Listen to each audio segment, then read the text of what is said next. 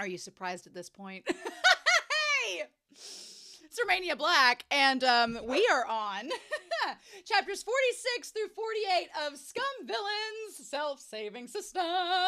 I'm not gonna lie.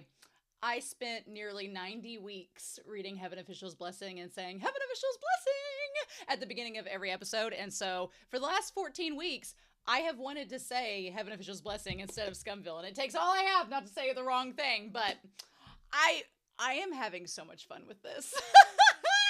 As you can tell, we're already starting with text on Whiteboard Coon. It's already begun before we even open up the chapter, because last week, with chapters 43 through 45, it was a turning point, and we're only halfway through the volume, y'all. So, it's hilarious to me, because right now, on Patreon, part 11, which is chapters 34 through 36, is just now coming out, and it's felt so good to look at the comments and go, oh, we're past all that.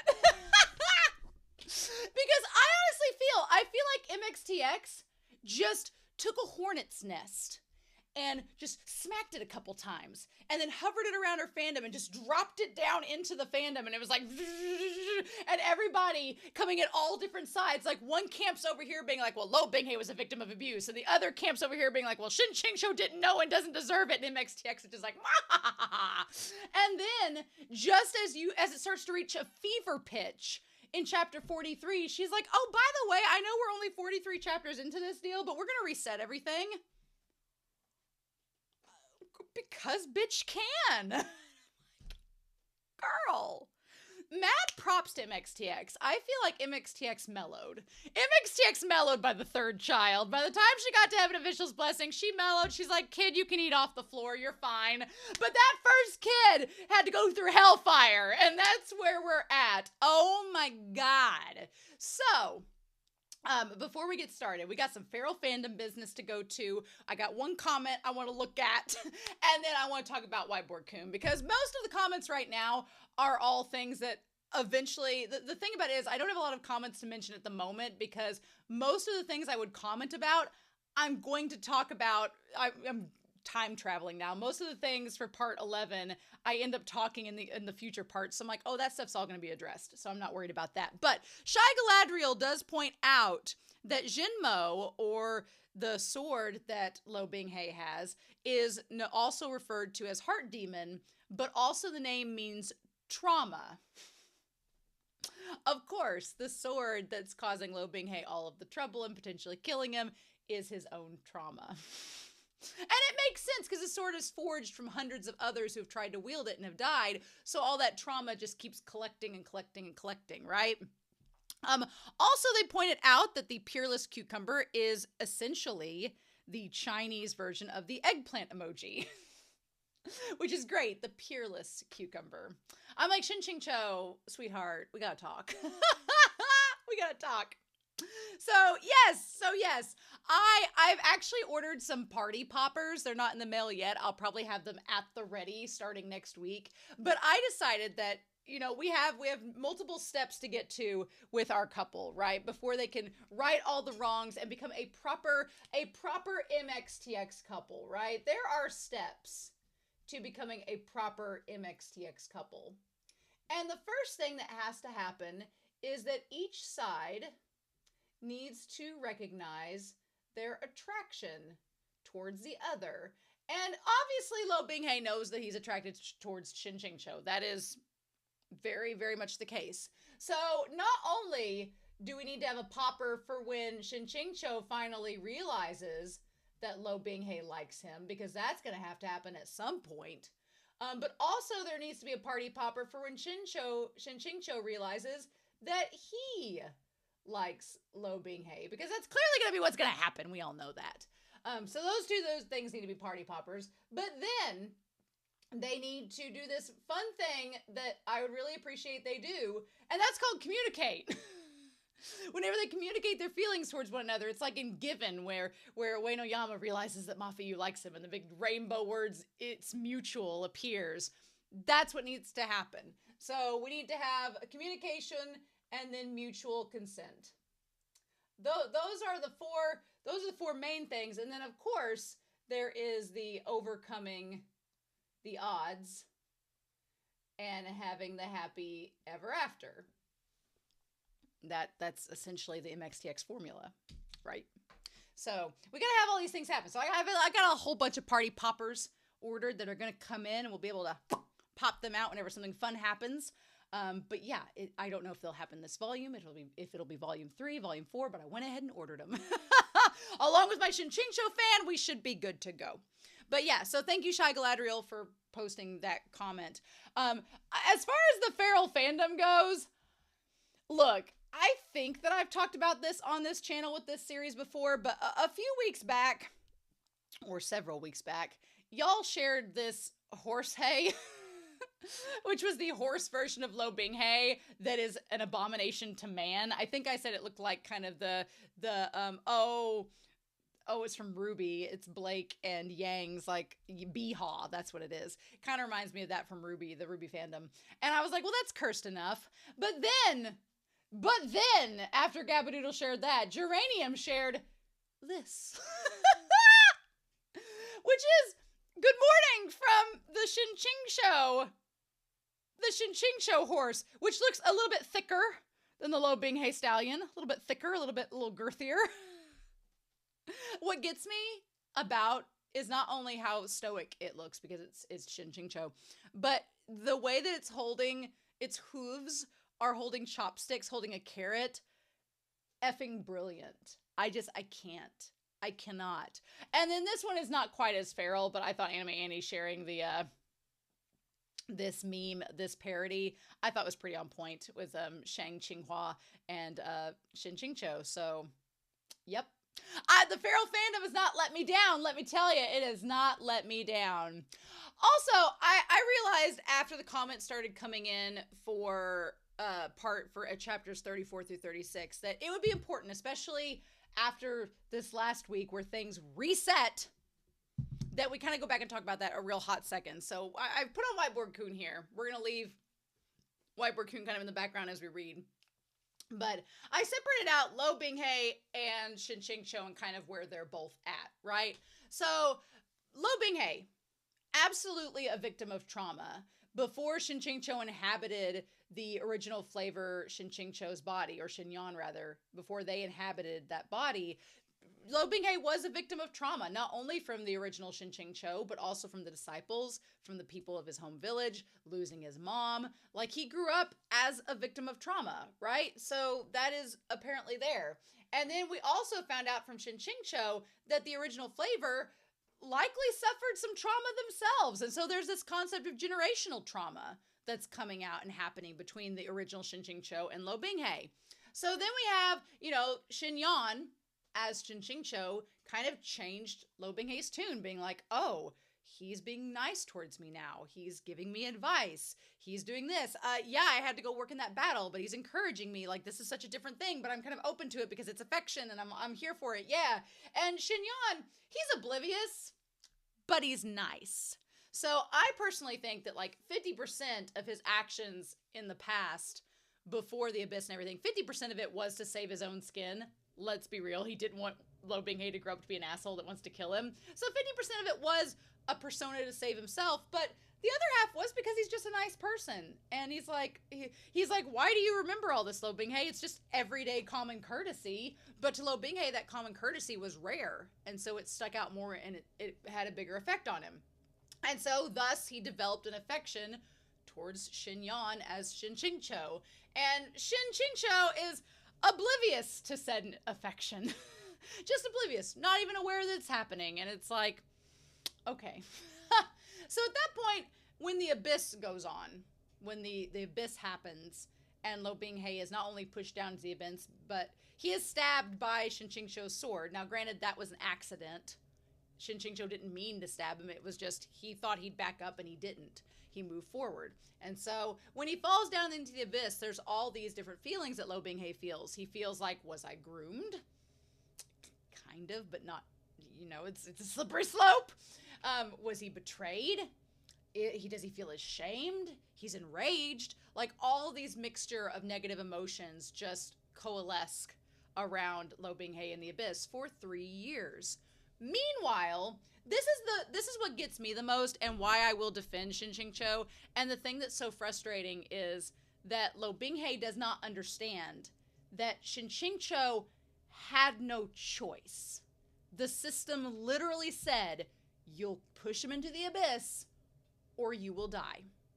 And Shen QingQiu was like, And here's the thing. Part of the lesson is perhaps that should he have died there? Was the point was he supposed to die there?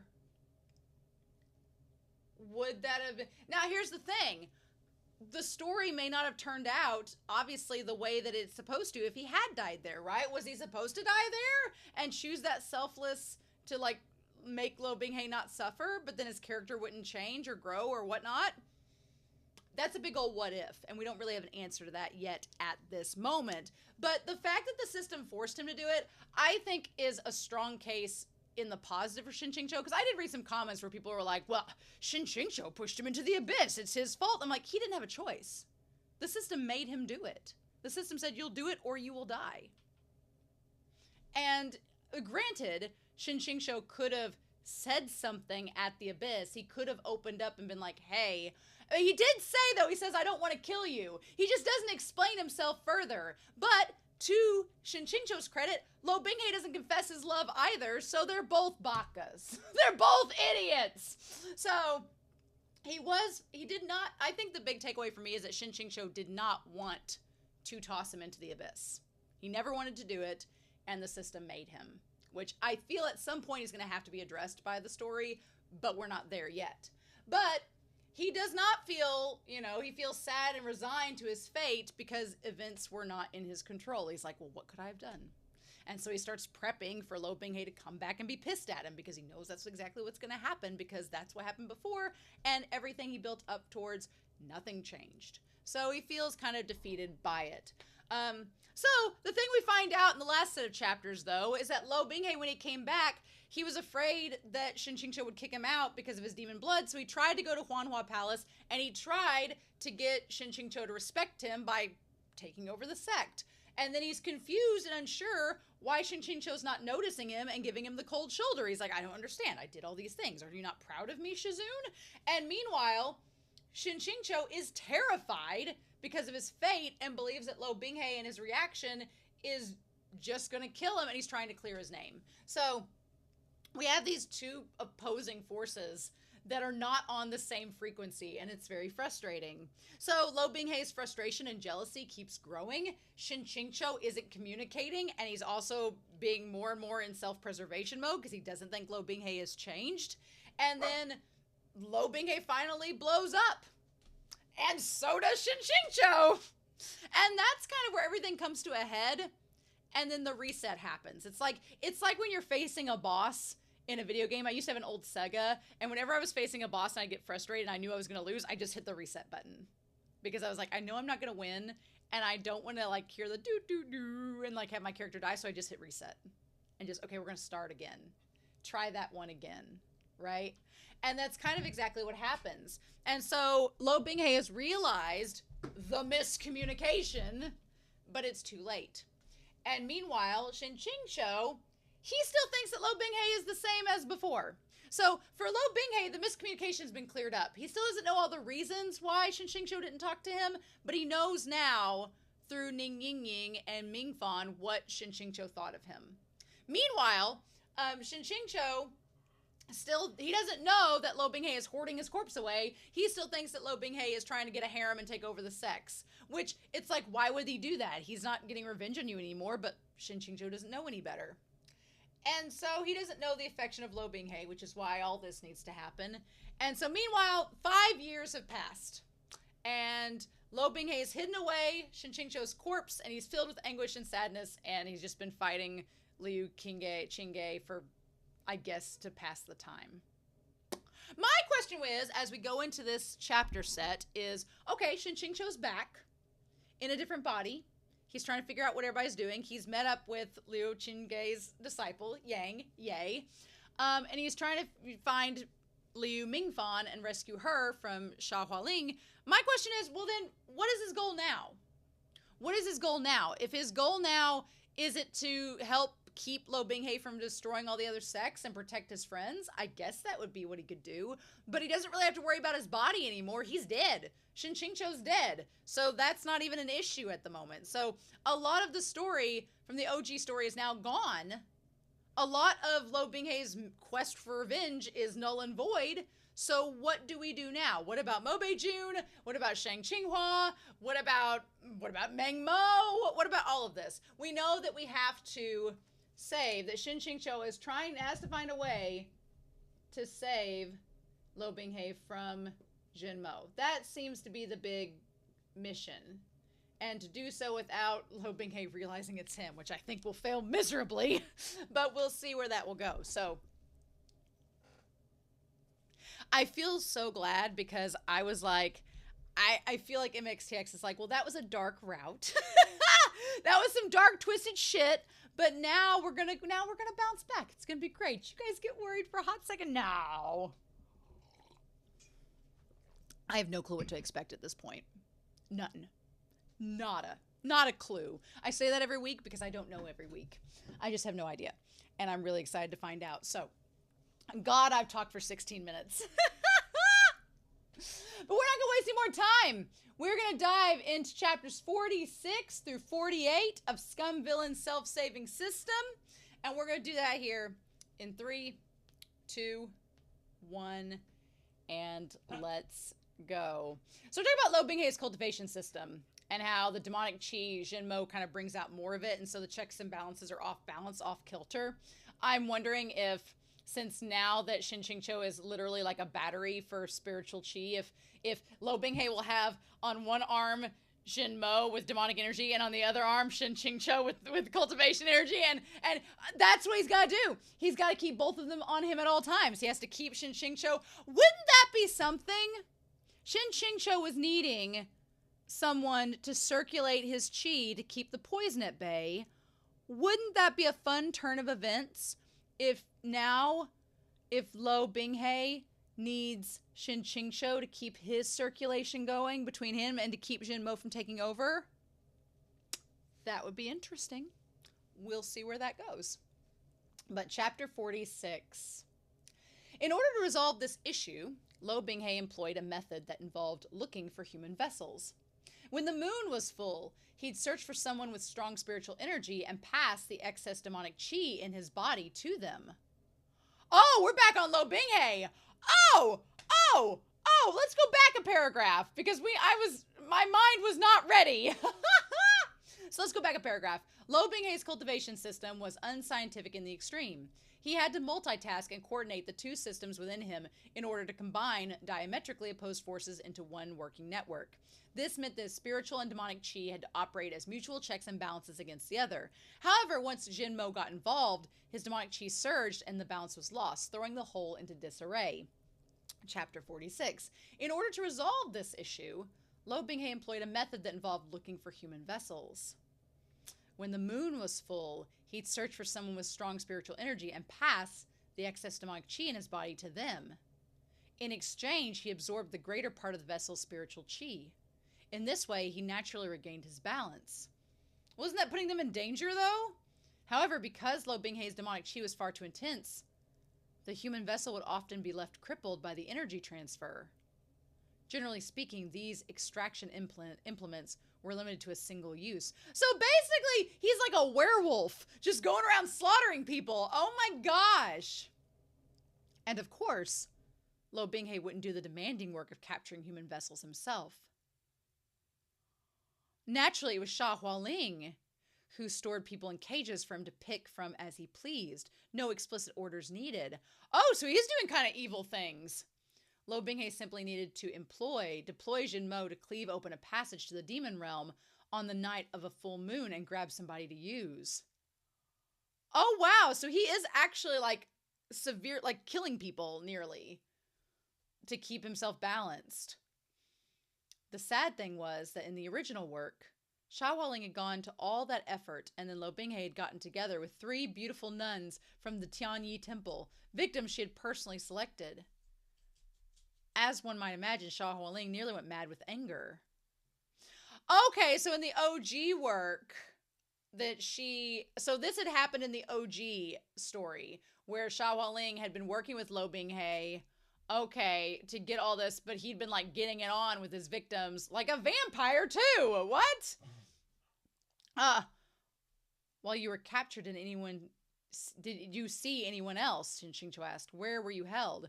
Yang Yizhan shook his head. As soon as we entered the rift between realms, we were in the lair of that demon woman, Qiyun Cave. I was shut in a single-person cell and didn't see anyone else, so he was going to be used. Oh my god.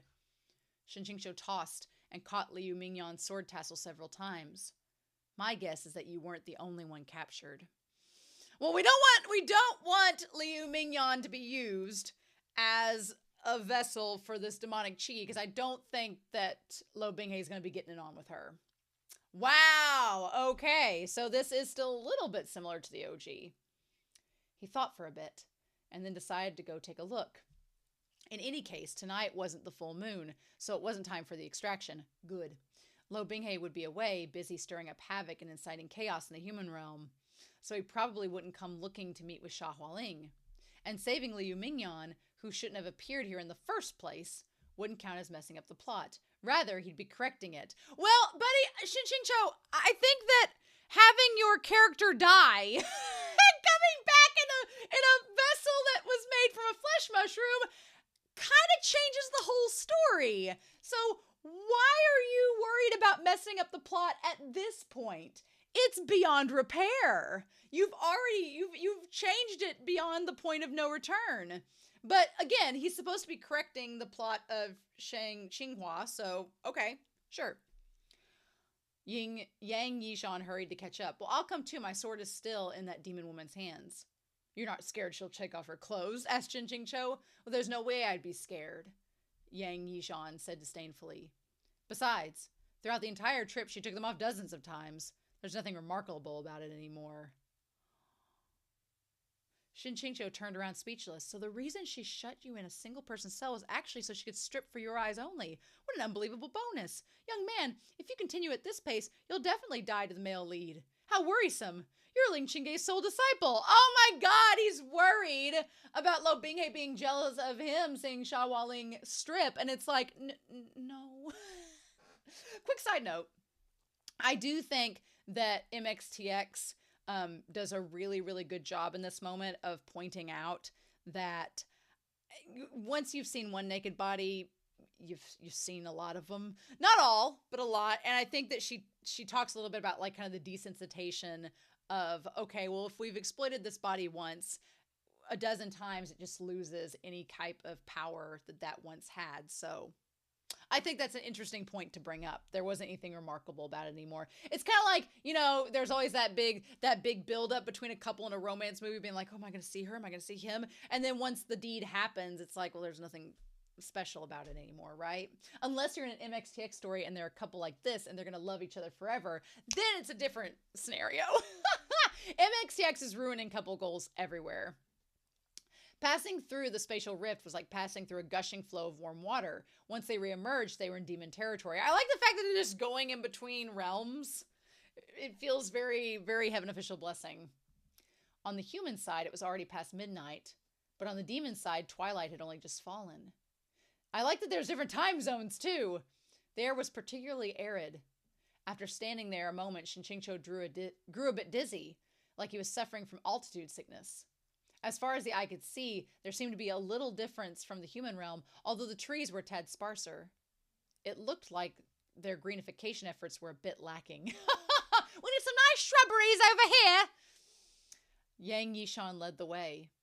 They passed through craggy stones and soon found the opening of Qiyun Cave. It's an honor to see you at last, O cultural monument of the demon race. Seeing it in person, Shen QingQiu found that sure enough it was unique. Monster fucking, setting fucking, Shen QingQiu will do anything except the main character of the story. So far, it was in the demon race's nature to prefer darkness. Most of their permanent and temporary residences were located wholly underground. When he took in the entire entrance, it seemed to him to be an exceptionally splendid mausoleum. A tablet inscribed with 3 characters in twisty red calligraphy, erected in front of a big pile of rocks. Tell me, what could that be if not a tombstone? Shen QingQiu thought. Oh, I'm getting some heaven officials blessing vibes with this as well. He cupped a handful of spiritual energy, ready at all times to make a mess of any enemy who might show their face. But after he started down the tomb passage, no, the cave entrance, not once did he see any guards. When he thought about it, it made sense. Only demons had ever sneaked into the human realm to throw their weight around. What human would suicidally run over to the other side? The demons had absolutely no need to arrange for guards. The pair stealthily moved deeper. After passing through the stone corridors, they arrived at a large hall. The hall was carpeted with intact skins of all manners of strange beasts. At first glance, they seemed to be still alive. Hualing was currently barefoot, pacing back and forth on an enormous tiger skin spread over the floor of the hall. Oh, they're already here. Oh my god. Shen QingQiu was worried that Yang Yishan would recklessly make a sound and alert her. Just as he was about to remind him to shush, he saw that the child had sensibly shut his mouth. Reassured, he turned back around. Good job, Liu Qingge. You're teaching your disciple right. On both sides of the hall were numerous cages, each holding tightly bound cultivators in differently colored uniforms. Some looked awfully young, but he also saw veterans. Some were drowsily nodding off, and others were glowering in fury.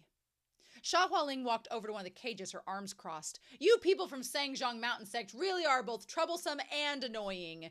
Capturing 2 of you took so much effort, and one even escaped before he could be shut away. She clenched her teeth. If not for... I'm really itching to break all of your legs. So did Luo Binghe tell her that she couldn't hurt anybody from that sect?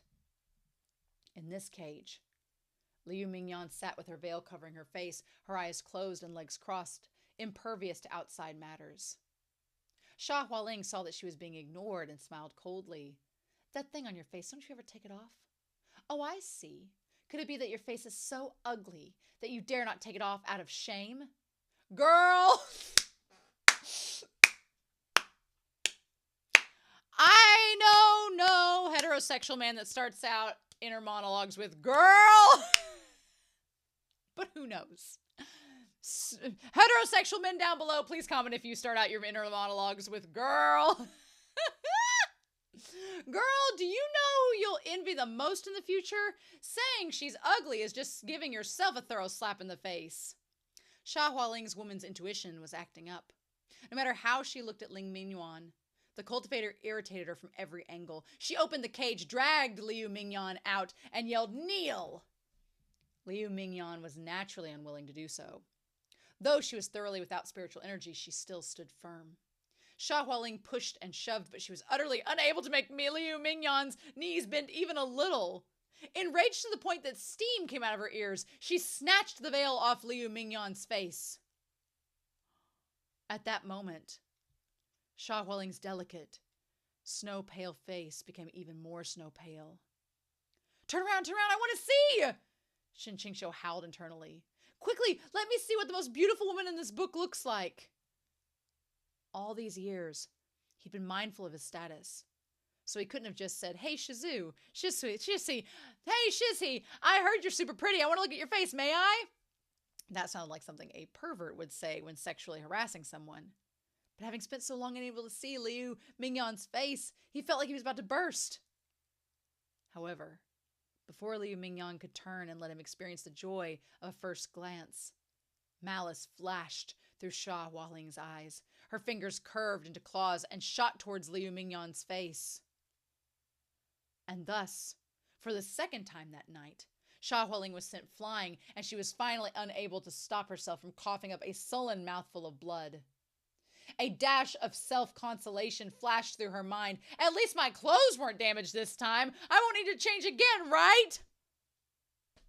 Although Shen QingQiu had sent her flying, she'd still clawed 5 gashes into his sleeve.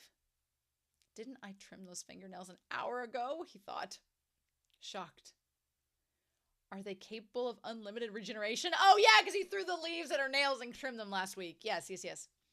After tossing Hualing away, he promptly turned his head to look at Liu Mingyan. And as soon as he did, his feet slipped out from under him. In the blink of an eye, she instantly put her veil back on. What's wrong with letting me have a glance? I feel like it's an NPC thing.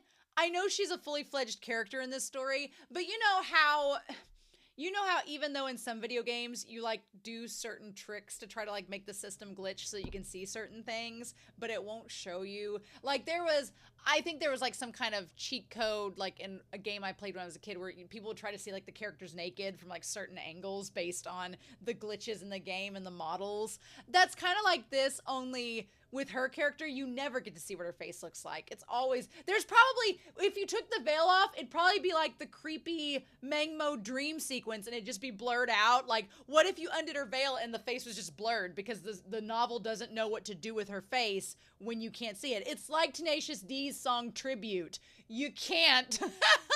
You'll never know what that song actually was because it's just a tribute. So maybe if he takes off the veil, it's just a blurred face. That'd be creepy as hell, so maybe it's better that we don't see that.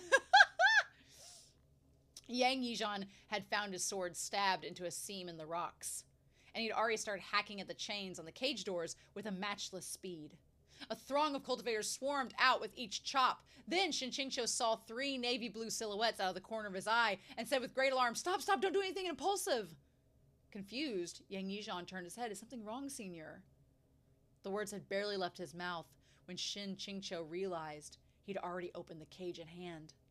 And 3 dainty Taoist nuns with faces that could have been cast from the same mold rushed out of Qiyun Cave like a trio of whirlwinds. "Buddy, by haphazardly releasing everyone like this, you've released some people who shouldn't have left." He had released the 3 sisters responsible for settling Luo Binghe's demonic qi in the long term. Well, that just means, Shen QingQiu, you're going to have to take their place. What if that's part of it? What if he's had all these people, these vessels, take the demonic qi and work through it? What if now Shen QingQiu absorbs the demonic qi, and because he has all this spiritual qi, he can balance it out? Why, that means he just has to be next to Luo Binghe for the rest of his life. Maybe? Maybe? Oh my god. Oh my god. But the blunder had already occurred. Shen QingQiu's heart flooded with tears, but it wasn't like he could run after the nuns and stuff them back into their cages. There was no other option. He could only join in releasing people. As he freed them, he sighed and lamented. He was dead. He'd managed to totally ruin a plot thread. Oh, Shen QingQiu, they don't matter at this point. The first meeting between the male lead and the 3 members of his harem. A freak accident messed up the scenario in which they'd fooled around and cultivated together. He could only place his hope in that hard-working employee, Hualing, who would bravely go back to war and ideally recapture them to present to Luo Binghe. It was criminal! Criminal! Shen QingQiu was still wallowing in remorse when he lowered his head and unexpectedly found himself looking at a familiar face. His heart thumped. Fuck, fuck, fuck. It truly was an unlucky year. His enemies kept marching down that narrow road. Chi Haitang was huddled in that cage, staring at him with a bewildered expression. Now, he's not in Shen QingQiu's body, so could he pass as someone else to, like, not let her know that it's him? But also, I'm like, Shen QingQiu, look, I realize, my thing is, Shen QingQiu, why are you wanting the story to keep going like it was? Like, you've already changed the story so much. Are you just wanting Luo Binghe to have wives? Is that your only point right now? Because why does it matter? Shen QingQiu isn't going to end up a human stick figure. You're not, Shen QingQiu's dead. You're Shen Yan, basically, in a new body. What is your endgame, sir? Do you even know? Shen QingQiu was stupefied for a couple seconds and then feigned ignorance. He motioned for her to hurry out, then nonchalantly turned around. With his current appearance, no one should have recognized him. Moreover, 5 years ago, countless pairs of eyes had witnessed the scene of Shen QingQiu's self-detonation. There was nothing to worry about. After coughing up blood, Hualing remained sprawled on the floor in a daze for a while, and then finally struggled into a seated position with great difficulty. She focused her gaze and yelled, "It's you? Who the hell are you? You actually dared to follow me here? You sure have some guts." Yang Yizhan looked like it suddenly occurred to him to ask this question as well. So as he was setting people free, he asked offhandedly, "Oh, right, senior, who are you?" "Oh, right, my ass. Young man, your reaction time is way too slow. Also, what's with that tone? Like you're asking something tangential and unimportant." "Well, you're not Shen QingQiu anymore." Shen QingQiu was considering whether to introduce himself with the title of Peerless Cucumber again when Hualing humped out a laugh. Whatever. You've come this far, so don't imagine I'll allow you to leave. She clapped her hands, bells jingling around her wrists. After a moment, QingQiu's guard regiment finally flooded into the hall from every corner. QingQiu was Hualing's private residence, so her regular underlings weren't around, and these useless troops were nothing to fear. Those minor demons circled around and around them, raising and lowering their arms, looking exactly like they were performing some kind of backwater dance ritual. Backwater dance ritual. Oh my god, it's like river dance. Then, Shen QingQiu was mystified by the sight. But he was impatient, so he prepared to send them all flying with his fan, when to his surprise, it seemed like countless strands of hair had fallen all over him, constraining his movements. Immortal binding cables. Oh!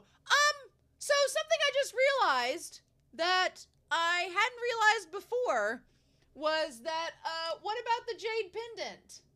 That was on his corpse. So, did Luo Binghe find it? Did he find it on the corpse? Because that was a thing. And then he also had that binding cable as well that he didn't end up using either of these. Were these just red herrings? Were these just pointless? Because the body's no more. I mean, presumably Luo Binghe has it, but were those just dead ends? Okay. So I also like that Shen QingQiu was more interested in the river dance than anything else. Oh my god. Even though these motley troops didn't have much fighting ability, they were obviously trained. Each held a hair-thin immortal binding cable, and they circled him nonstop, winding him into a giant ball of string until he was fully entwined. Hualing had managed to cheer in victory before Shen QingQiu laughed, and then violently stomped on the floor. And the air filled with the sound of snapping strings. They had burst. The immortal binding cables had been thoroughly snapped by this person who flooded them with spiritual energy. More or less, everyone there was so terrified they completely forgot the task at hand. This really was the first time they'd seen someone who could use spiritual energy to simply snap immortal binding cables. What a straightforward and brutal method of freeing oneself. Just run, Shen QingQiu yelled. Shen QingQiu has the golden finger. He's got what Luo Binghe needs. But he thinks they're just some friends. Or enemies. Yeah, Shen QingQiu has the spiritual energy that Luo Binghe needs, and Shen QingQiu is the one that has the power of invincibility now. The invincibility. What? The freed cultivators didn't need any additional encouragement. Most of them were already long gone.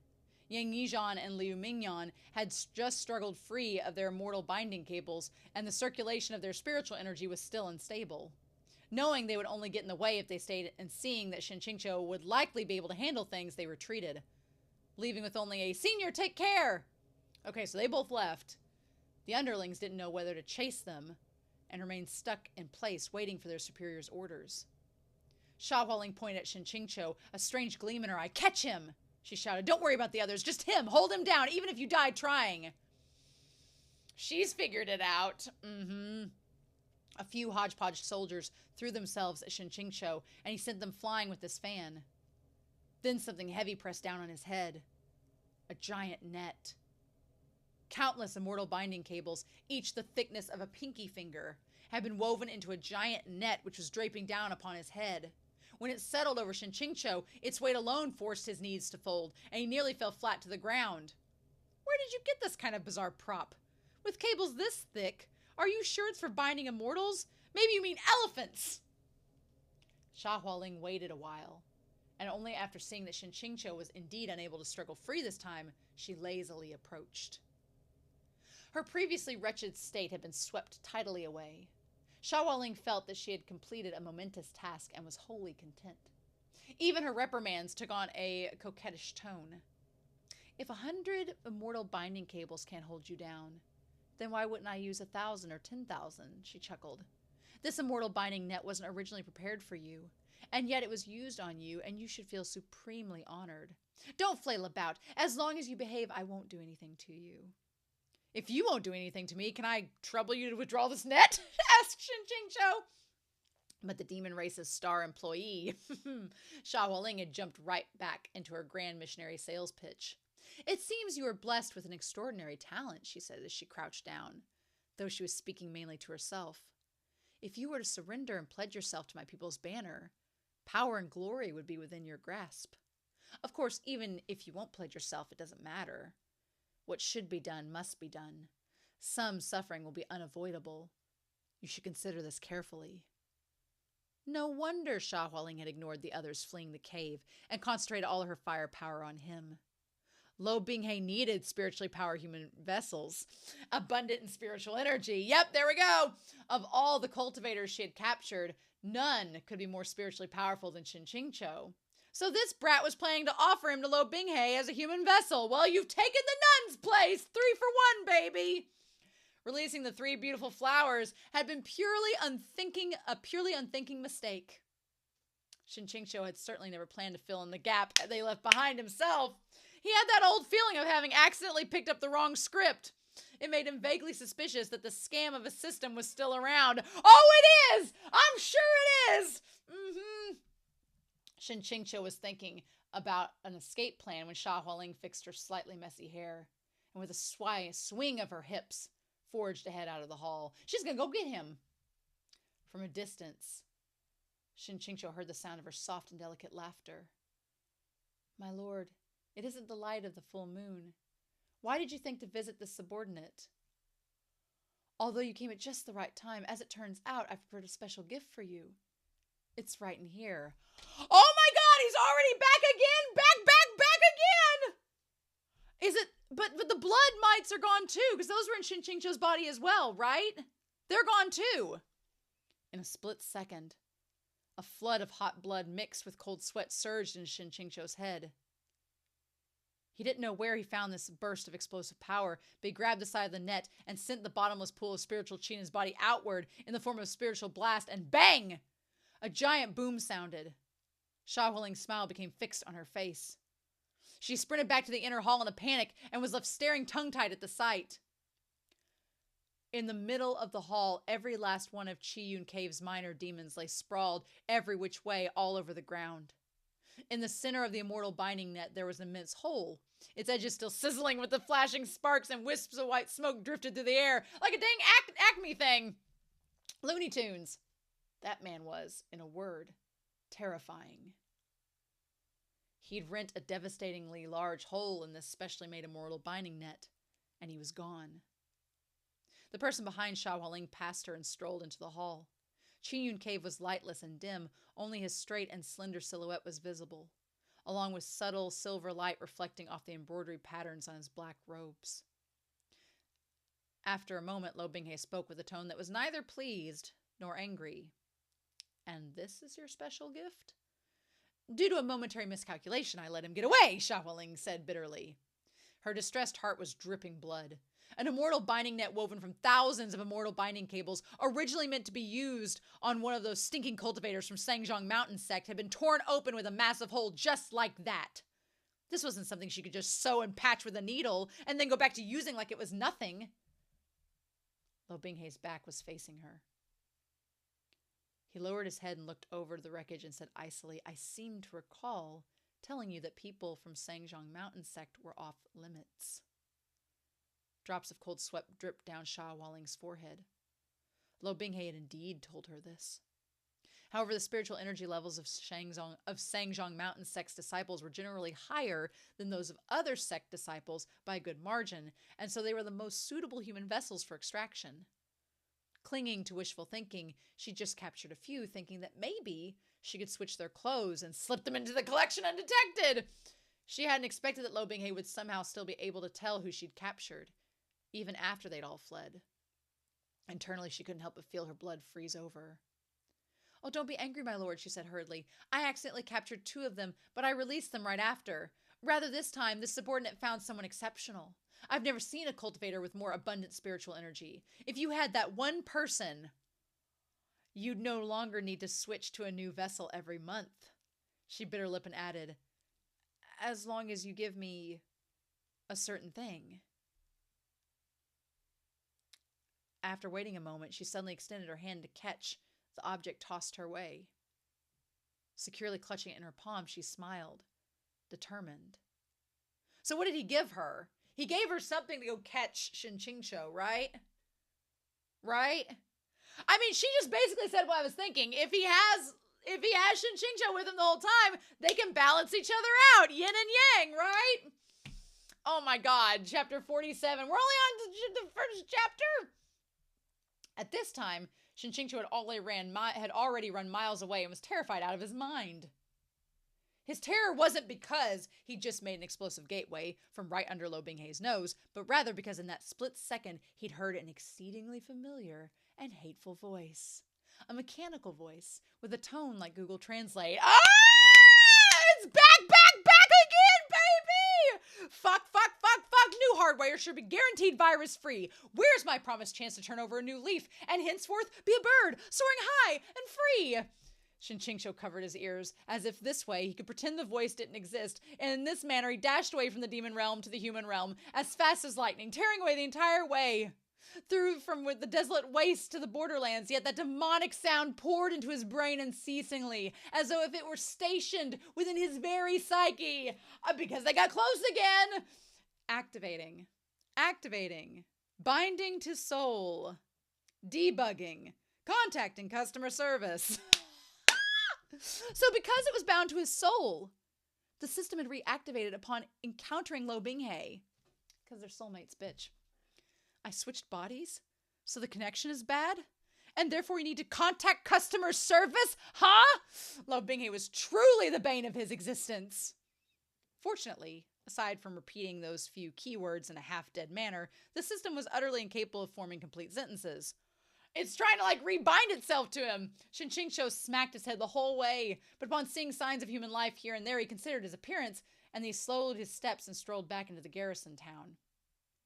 The small border town seemed more alive during the day than it had at night. It couldn't be called flourishing. The streets were neither wide nor narrow, and pedestrians were neither many nor few, but with the storefronts open, it could still be considered to be thriving.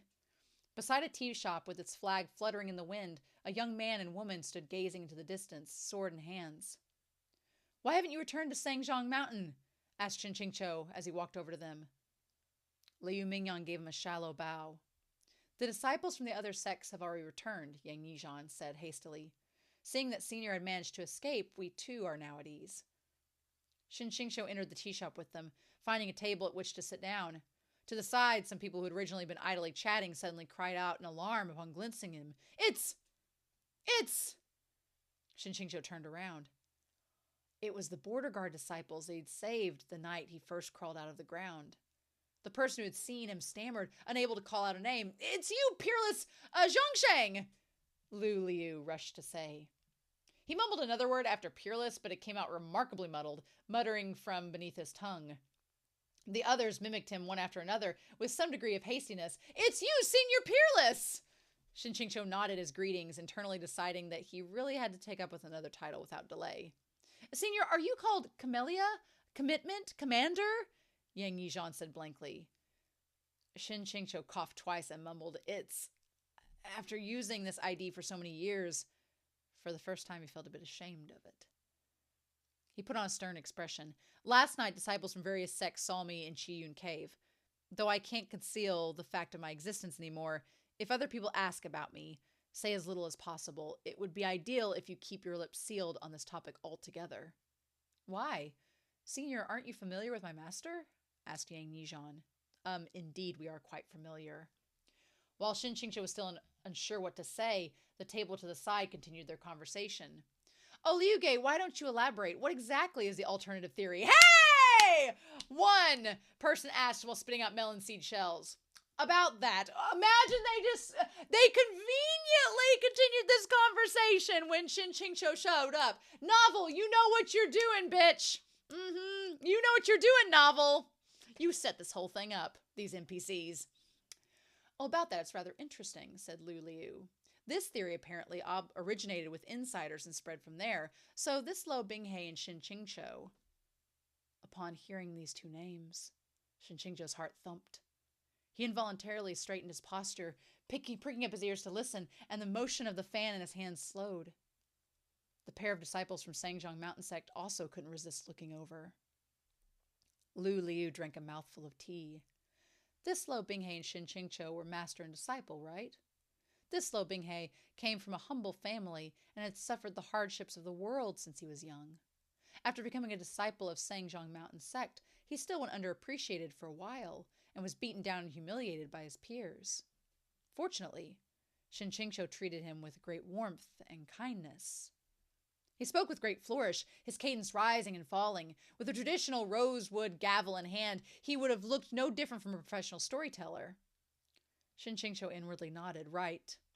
He too could agree that until he kicked Luo Binghe down into the endless abyss, he had been quite kind-hearted. Yang Yizhan snorted. What was that warmth and kindness? Didn't he still... Doesn't this theory run absolutely contrary to the rumors that Shen QingQiu abused his disciples? One person asked, flabbergasted.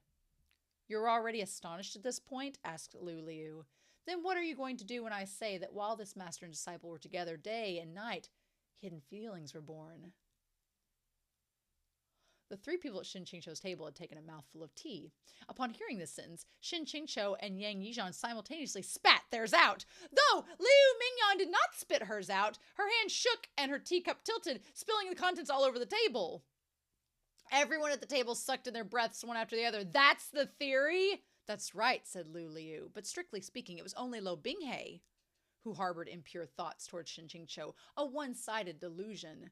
A one-sided delusion. A one-sided delusion! The system is setting this up through Luo Liu! What sort of person was Shen QingQiu? Peak Lord of Qijing Peak. What was the way of Qijing Peak? To be tranquil of heart and forsake desire, devoting all thoughts to the lawful path of cultivation. Shen QingQiu rejected the mortal world and avoided entanglement with others, and so because Luo Binghe sought after the unattainable, love gave birth to hate. Blue veins rose on Shen QingQiu's forehead and the back of his hands. Love gave birth to hate? Yang Yizhan asked, astonished. If you think of it this way, it's obscenely easy to explain everything else, Luo Liu said. Without a doubt, the whole sequence of events at the Immortal Alliance conference went something like this. The book is explaining to Shen QingQiu what he needs to know. Bitch, if you don't get it after this... Luo Binghe entered the battlefield as Qijing Peak's head disciple. Because of his remarkable performance, he was filled with confidence. Right then, the demonic beast ran loose. The mountain was sealed, and Shen QingQiu entered Judi Gorge to provide backup. Seized by a momentary fit of madness, Luo Binghe took the chance to confess his true feelings to his Shizun. Shen QingQiu held his forehead in misery. Why? Why did it seem like for every 10 lines this person said, 9 would be about right, but the last one would sound so off? And it was so exactly due to the last sentence that the implications of the entire account became so bizarre. Shen QingQiu was of noble and unsullied moral character, so naturally he delivered a firm rejection, Luo Liu said solemnly. Shen QingQiu was a little moved. Other than his bleeding heart of a Sangmon Shizhong, he never expected to hear someone else willingly use the phrase noble and unsullied moral character to describe him. Who could have predicted that right after that, the storyline would take a nosedive? Luo Liu continued full of emotion. Who could have predicted that after being rejected, Luo Binghe, in the grips of despair, would be overtaken by wicked thoughts to the point that he lost his mind and embraced the abominable? Out of lust, he tried to force Shen QingQiu to submit. Shen QingQiu dug his fingers into the head of messy hair, burying his face in his hands. Yang Yizhan was thoroughly speechless. The gates of a whole new world had just been opened for this young man, assailing him with new perspectives. Liu Mingyan, on the other hand, just let out a soft, ah, she said seriously. So that's how it was. What do you mean, so that's how it was? What that and that is referring to? Don't think I won't rip you a new one just because you're the female lead. Without his notice, a crowd of spectators had congregated at Luo Liu's table to listen to his gossip, their melon seeds and wooden benches littering the floor, their attention rapt. At this time, they all sighed, a beast. Not just a beast. Basically worse than that. But within these sighs was a tone of incomparable satisfaction. Dage, are you the captain of the Border Patrol Squadron of the Gossip Brigade? Luo Liu abruptly slammed his teacup down like a gavel. Of course Shen QingQiu wouldn't submit. Master and disciple crossed swords, and in the end, the master still came out on top. So, Luo Binghe retreated in defeat, leaving in sorrow. Though all pretenses had been shed, Shen QingQiu still couldn't bear to ruin the reputation of his beloved disciple. He couldn't bear to be fully honest about what had happened, and could only offer the excuse that Luo Binghe had died at the hands of the demon race. With this, he preserved the reputation of his disciple, being unwilling to cut him off entirely. So this is the truth behind Luo Binghe's year-long disappearance after the Immortal Alliance Conference, as well as why he didn't reserve to Cang Qing Mountain Sect despite having survived. It wasn't that he didn't want to see his Shazoon. It was that he didn't have the face to. While the story was in full swing on Lu Liu's end, Shen QingQiu's heart was flooding with tears on his. What an intense storyline. This rapist and this white lotus holy mother, who are they? The key point was that wasn't a successful one. This is way too fucking off. How could that be Luo Binghe? If he wanted to rape someone, they would obediently spread their legs themselves, okay? Oh my god. But Shen QingQiu, you didn't let him do it. So that's not true.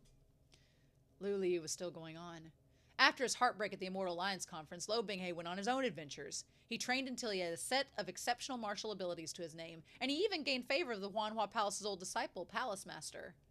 But he was still unwilling to give up on Shen QingQiu. So he staged a grand comeback, and thus came the events of Huayu City.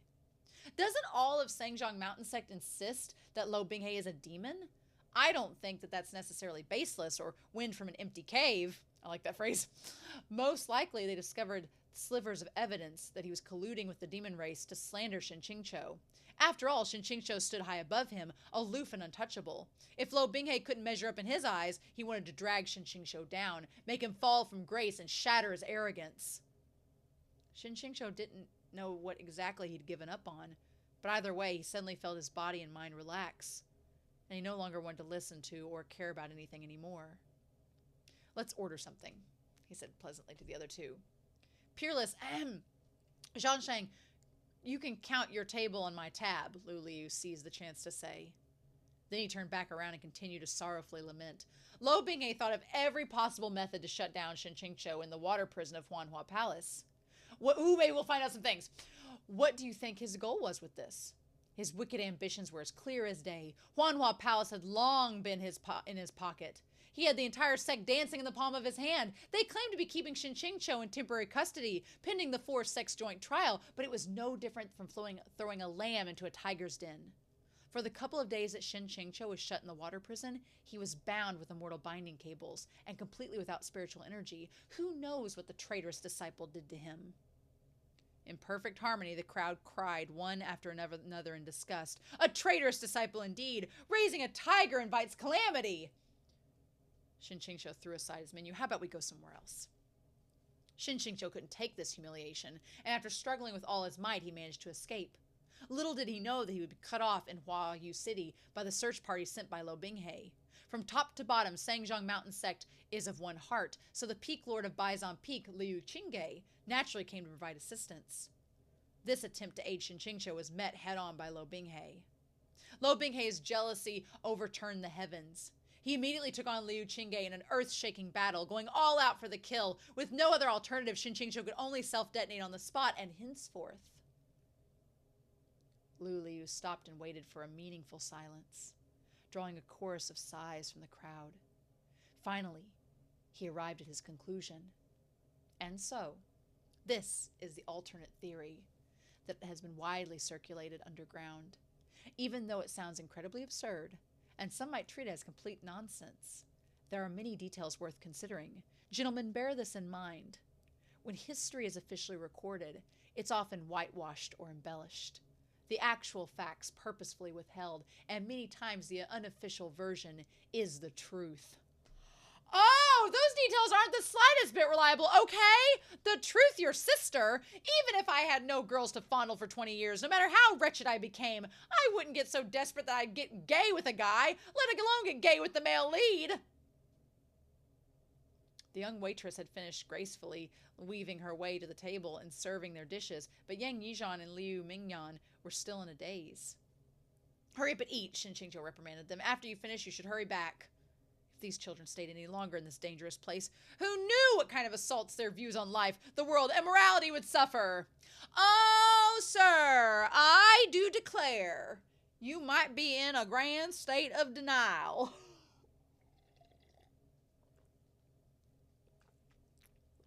Oh my. Oh my, oh my.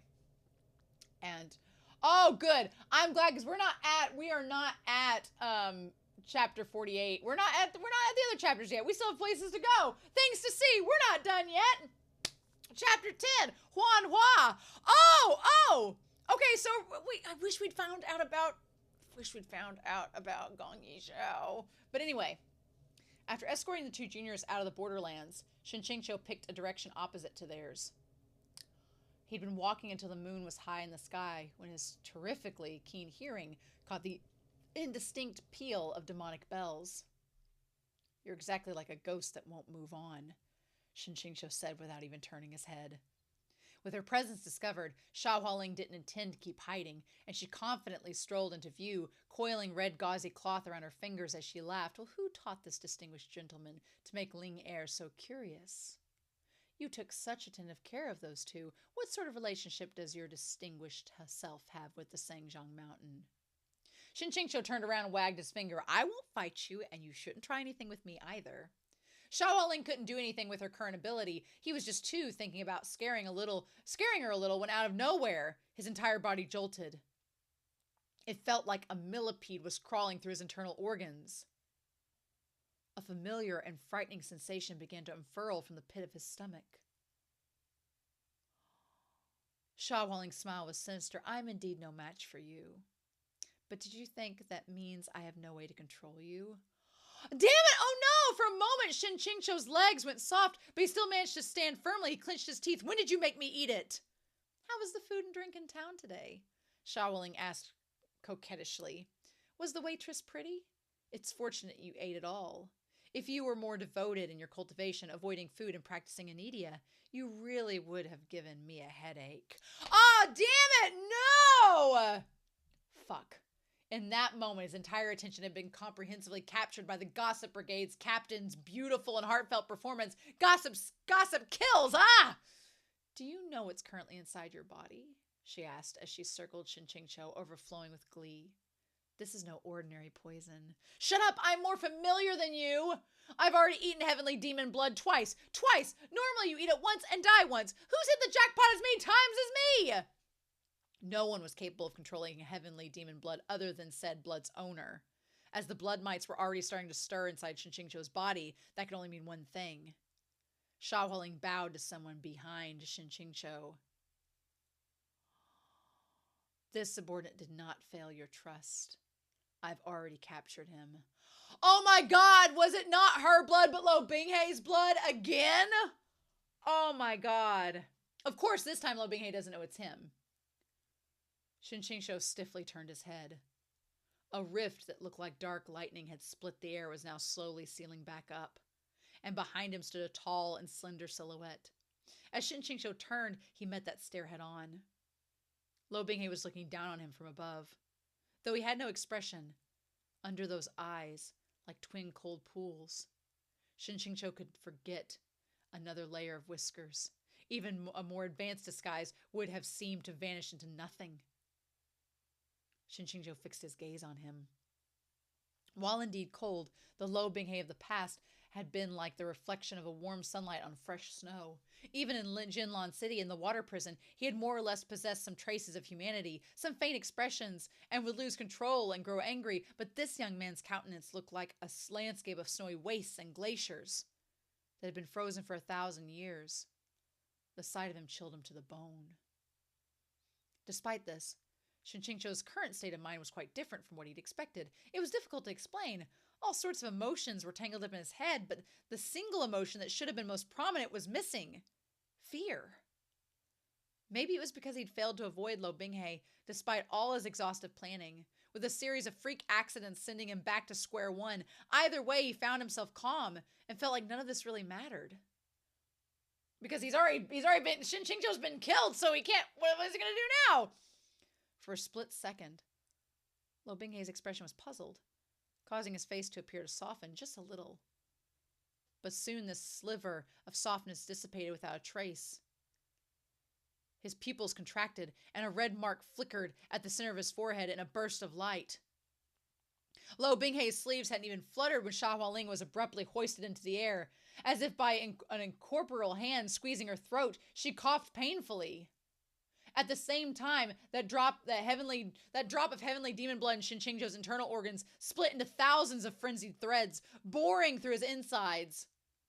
Cold sweat soaked his back. You certainly have some guts, Luo Binghe said breezily. Though his tone was light, anyone could have felt the violent rage concealed beneath the surface. You have some guts? Was he saying that to Shen QingQiu or Hualing? Shen QingQiu's brain shifted into high gear. Luo Binghe shouldn't have been able to recognize him, even though his current face did somewhat resemble Shen QingQiu's. With Luo Binghe's observation skills and the ability to notice details, he could effortlessly pick out the minute differences, even through a layer of whiskers. But it looked like Luo Binghe had taken him for someone with a similar face. Though that did fuck all for him. Being recognized would indeed have been a disaster. But it turned out that not being recognized wasn't much better. Oh, good, we still have one more chapter left. Oh my god! These are such long chapters. Chapter 48. Hualing didn't know why Luo Binghe had become so furious, and she struggled while frantically scanning the area through her tear-blurred eyes, trying to figure out exactly what had brought on this punishment. When her gaze swept over Shen QingQiu's face, she suddenly looked like she'd seen a ghost. My lord, forgive me. This subordinate knows her mistake, but this subordinate swears that it was complete coincidence, she said in a terrified voice. Oh, my lord, forgive me. I honestly didn't do it this time. Inside, Hualing was bitterly grousing nonstop. You see, she had a rap sheet.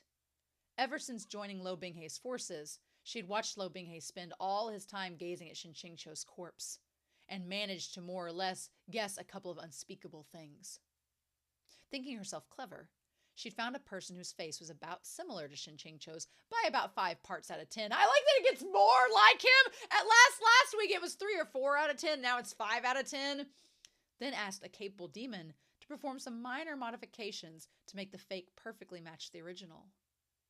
One could have called it a work of otherworldly quality. Afterwards, she sent the counterfeit to Luo Binghe, and the result, not only had it failed to make Luo Binghe happy, it had sent him into a terrible rage instead. He'd nearly wiped out the entirety of Qi Yun Cave in a horrible massacre. Oh, she did that before. Oh, shit. Hualing would never forget that, nor did she wish to see that expression of Luo Binghe's again. From then on, she was careful, not daring to touch on anything even slightly related to the subject. Who could have known that the vessel she had settled on this time would also coincidentally share some of the same similarities to that fucking Shen QingQiu's eyes and brows? This was definitely another violation of Luo Binghe's major taboo. I seem to have previously warned you not to try anything with this face, Luo Binghe said. Strung up in midair, Hualing's face was flushed red from asphyxiation. After a stream of choking noises, she pained. This time the subordinate didn't do anything on purpose. Though Shen QingQiu didn't know the ins and outs of the situation here, he'd pretty much guessed that it was related to his face. He shut his mouth, fretting inside. He'd already been dead for 5 years, and just looking at someone with a similar appearance still made Luo Binghe profoundly angry. Oh, and you think it's for the wrong reason! It looked like he'd really left some severe scars on Luo Binghe's psyche. Suddenly, a sharp pain assaulted Shen QingQiu's abdomen, like 10,000s of steel needles were piercing through his organs. This time, no level of bountiful spiritual energy would help him. His vision darkened and he coughed up a mouthful of blood, red with a hint of black. The air pressure around Luo Binghe had dropped to extreme lows, and his gaze was that of a person looking at something dead. At his waist, Jin Mo trembled in excitement while humming unceasingly, as if it was about to exit its sheath. His hand pressed down on the hilt, and an all-consuming red welled from the depths of his eyes. Shen QingQiu wiped the blood by his mouth, a little stupefied by the sight, and here I was thinking Shen QingQiu would be fine. He'd have a golden finger, be perfectly immortal, be end-all, be-all. Nope, the blood mites will get you. Them blood mites will get you!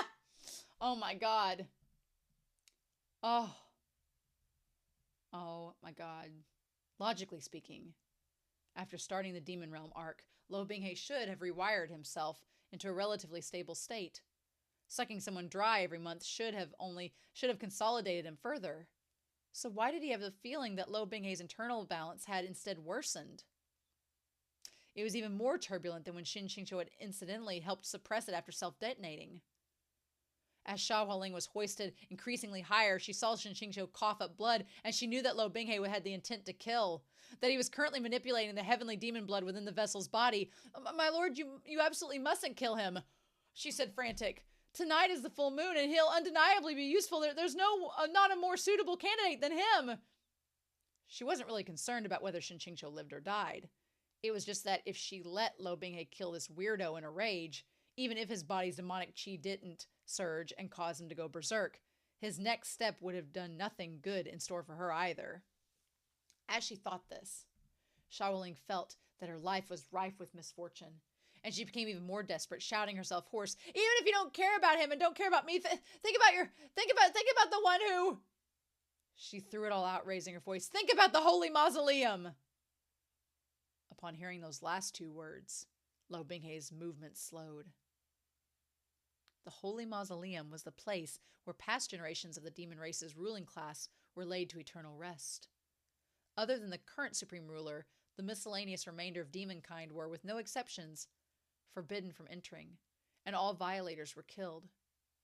Within the holy mausoleum, the generations had accumulated various funerary treasures of rare quality in enormous quantity, talisman charms and spiritual artifacts, stuff that anyone would drool over. Rumor had it that within the holy mausoleum, there was even a mystical artifact capable of bringing the dead back to life, in defiance of the natural order.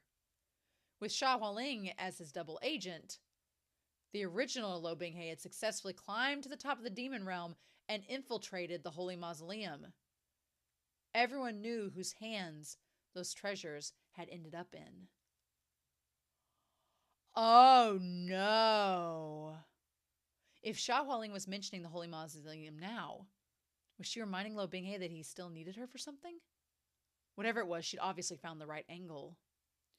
Oh, we're going to talk about this in the discussion because this is bringing up a very bad idea. A horribly bad idea.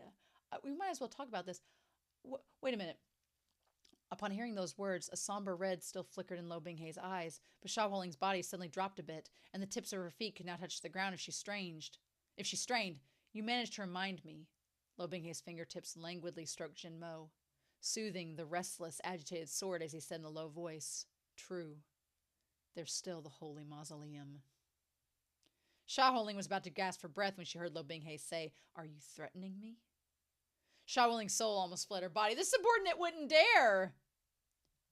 Okay, so if they went to this holy mausoleum and found this artifact that could bring Shen QingQiu's body back to life, would the original flavor of Shen QingQiu come back? And then you have the original Shen QingQiu and Shen Yan in the new body. They're at the same time. But no MXTX, because then Luo Binghe is going to try to get with Shen QingQiu, who's not Shen QingQiu. And no! Maybe that's not it. Maybe that's not it. Maybe that's not it.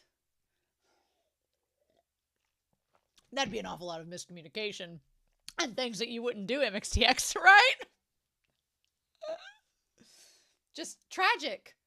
All else aside, she was one of the 2 female leads of Proud Immortal Demon Way, who'd for years on end ranked in the top 3 of the female character popularity rankings.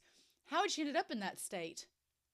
Shen QingQiu hadn't managed to finish lamenting when it felt like someone was pulling up on his front, and his entire body was abruptly hauled upward. His vision blurred, and in an instant his chest had chilled to the point of freezing. When he looked down, he saw Luo Binghe had pressed one hand against the left side of his chest. The following sensation was like someone had fired a cannon into his chest, the ammunition being pure, black demonic qi.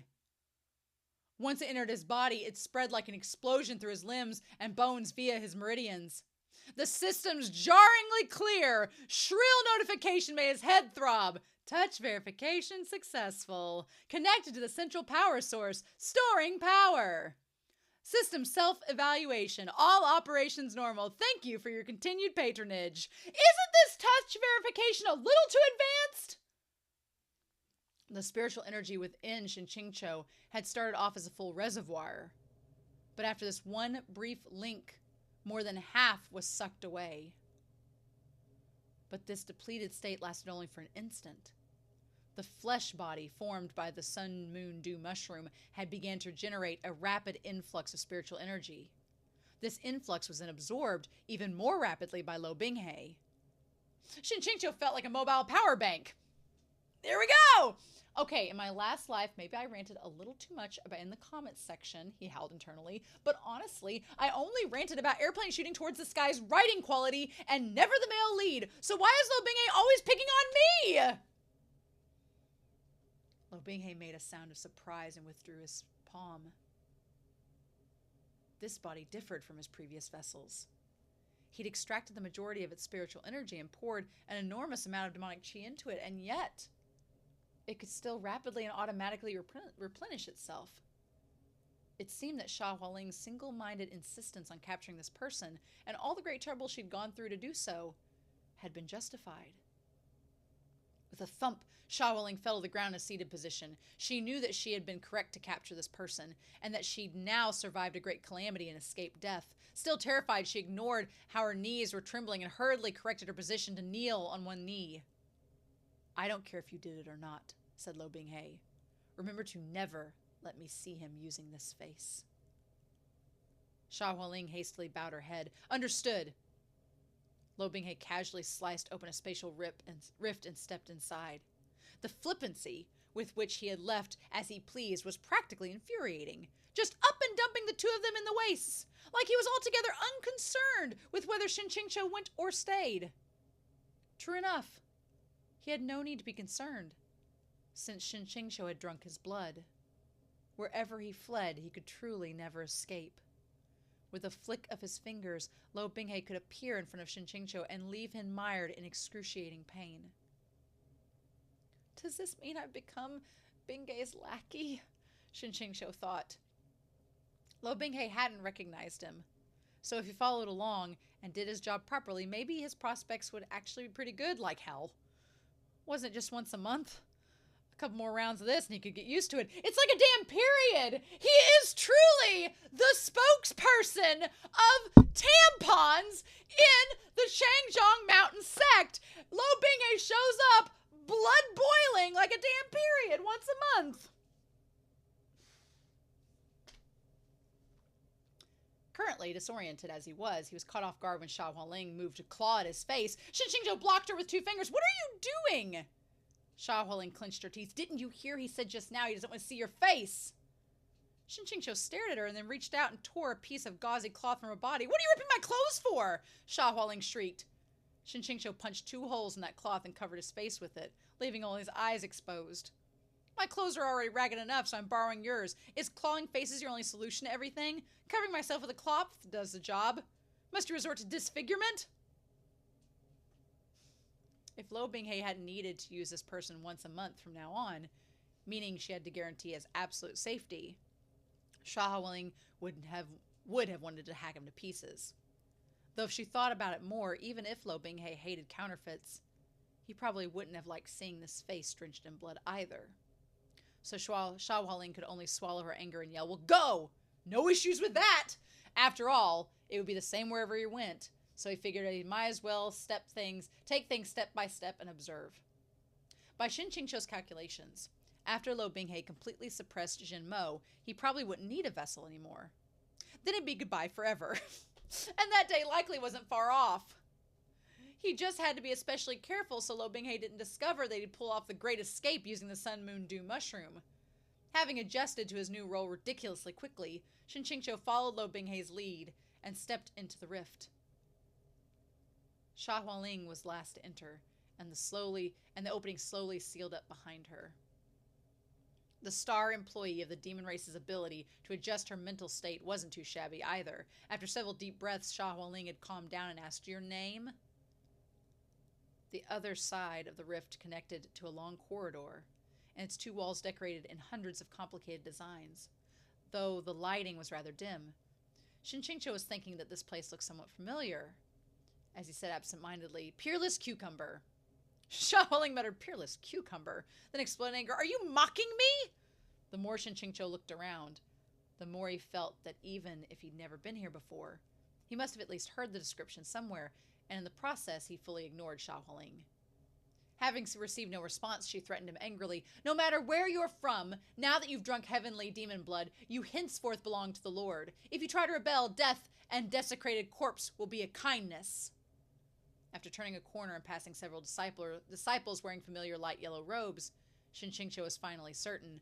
This was Huanhua Palace, Luo Binghe's headquarters in the human realm. But this was far too different from the Huanhua Palace he knew. Huanhua Palace was supposed to be resplendent and majestic, dazzling with gold and jade, each plank and stone grand and lavish to the utmost. But the architecture before his eyes could only be described in one word: lifeless. Past generations of palace masters had to a one adorned extravagance, and Luo Binghe was no exception. It was just that his love was for extravagant darkness.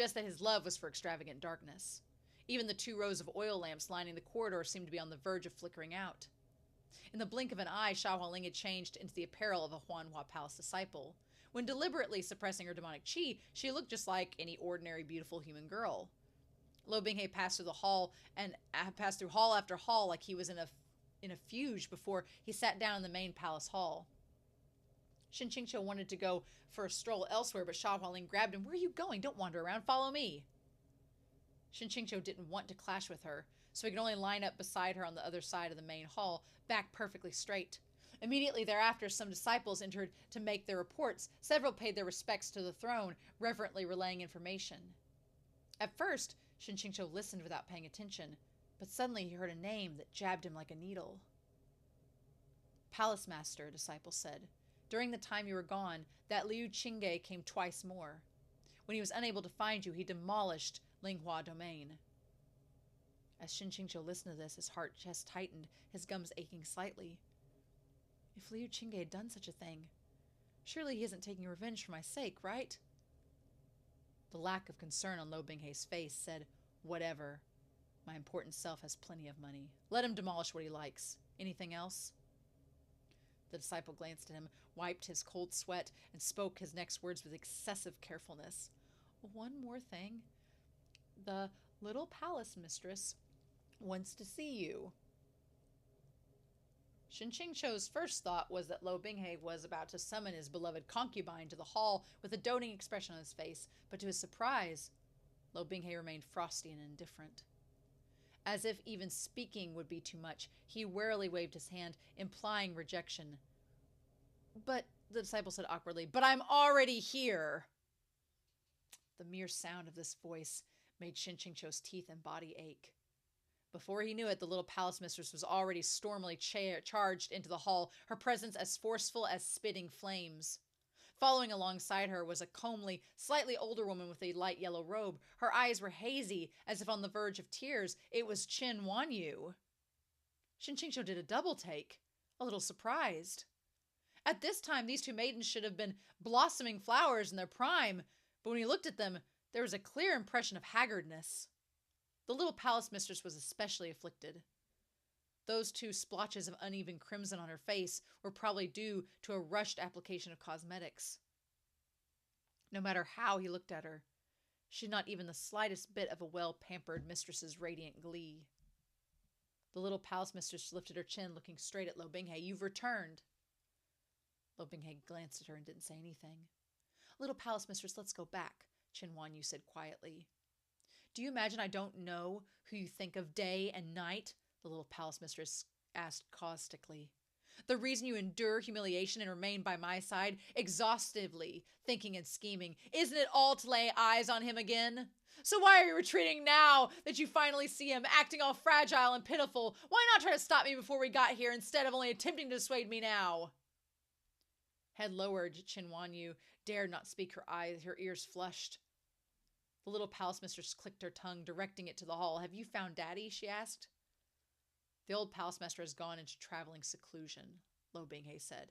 "No one has seen a trace of him." This was an incredibly egregious example of stock insincere answer. As far as Shen QingQiu understood it, and this went for various dramas and novels, it was widely accepted that anyone on the throne who said this line was the main culprit who had caused no one to see a trace of the previous leader. The little palace mistress laughed harshly. That line again. Would you have to expend too much energy to even think of a new excuse for me? All right, I won't talk about Daddy. I'll just ask about myself. If I didn't come find you, would you ever come to see me? She asked shrilly. How dare you imply Luo Binghe is the kind of scoundrel who recklessly wastes resources, who tosses his women aside without sleeping with them? Don't insult his dignity as a top-shelf stallion novel male lead. Too bad Luo Binghe plainly didn't care to preserve that dignity. Several Huanhua palace disciples appeared in the palace hall. Shen QingQiu assumed they were going to console the little palace mistress, but in actuality they forcefully grabbed her and dragged her off. On the way, she screamed and yelled. Chen Wanyu followed alongside her, but sometimes she shot tearful glances at Luo Binghe out of the corner of her eye, as if hoping for something. Before this point, Hualing had been staring straight ahead, her posture perfectly upright, but now she wrinkled her brow and followed them out, standing in the corridor to berate them. What have you lot been doing? You were asked to keep an eye on her, and this is how you do it? Damn! Well, this is all a mite bit in disarray. I feel like Huanhua Palace has become the Pride Lands in The Lion King. Like the Pride Lands, like Luo Binghe is Scar, except if Scar in The Lion King was never allowed to have his gay lover, so the Pride Lands has become this desolate wasteland, and he's like, Hualing instead of Sarabi, and Hualing is like, yes, Luo Binghe. He's like, where is my gege? And she's like, but sir, he's been dead for 5 years. And he's like, you're just not looking hard enough. And like the Huanhua Palace that was once majestic is like seated in this darkness, and everybody's just kind of like going along with Luo Binghe because he's the strongest person there, and what else can they do? Oh my god. So Shen QingQiu, the Scum villain self-saving system, now that Luo Binghe is technically viewed as kind of the Scum villain in this world, now Shen QingQiu has to save him too. The work is never done for our peerless cucumber. We'll talk about that damn blood. I hate the blood use. The demonic blood control in this book is the only part that I'm like, I'm not only squeamish about it because I absolutely am terrified of parasites being in, like the concept of a tapeworm being in you would make me want to just die. I can't, even though it's removable, even though it's not the end of the world, I'm like, that is like my nightmare. And so Shen QingQiu is living my nightmare, not just once, but twice. Now, granted, this second time, he didn't know, Luo Binghe didn't know it was him, right? And it's being used as a plot device. The only thing I don't like about, I'll just go ahead and say it, the only thing I don't like about the blood being used, the blood tracking and all that, is because it's this form of weird non-consent. And for the couple of MXTX, for an MXTX pairing, I feel like, at least with Modao Zushi and Heaven Official's Blessing, there wasn't really that form of non-consent. Not really. Like, especially not Modao Zushi. Modao Zushi, like, Lan Wangji and Wei Wuxian, they're a bunch of kinky bitches. They are totally in on it. They're the most they are the middle child. They are the wild child. They're nonchalant. They're like, yeah, I'm going to throw you down and just have my way with you. And the other person's like, oh, really? Oh, no. But they're totally into it. It's obvious. And they end up saying, like, yes, I've been into it from the start. So there was never really, like, and I feel like this isn't really Modao Zushi spoilers, but I feel like any time that Wei Wuxian was tied up or like ribbons were used or whatever, Wei Wuxian had established as the character for us, the audience, that they were into it. Like Wei Wuxian from the start has been like bi-curious the whole series, and he's been in denial, and he's like, oh, oh, gee, he's so handsome. How could I possibly love him? But at the same time, he's like, but I do, but what? No. And like, you're just like, yes, you do. Yes, you do. And you know that. The audience knows that you like him. You're just in denial, sir. And then, so with them, there was never really like any non-consent. They were all totally on board with it. It's totally mutual. It's great. And maybe MXTX learned from this story to make it consensual. Maybe this was just the experiment of, because I'll talk about it here in a second. And then in Heaven Official's Blessing, Huachong's a damn lap puppy. Huachong is licking Shilian's boots, laces, the soles, every part of it. There's not an ounce of Shilian that Huachong would dare harm. So it's like polar opposite of Luo Binghe and Shen QingQiu. Total opposite. What's interesting is I feel like you have Modao Zushi and Heaven Official's Blessing that are kind of in reflection of this. And kind of like MXTX going through the story and saying, yeah, I did that. Maybe I shouldn't do that the second and third time. And she doesn't. She changes it up in different ways. Now, if you're somebody that is into the angst, then this is your jam. My thing is, if you're gonna have a pair that end up together, it has to be consensual. It just has to.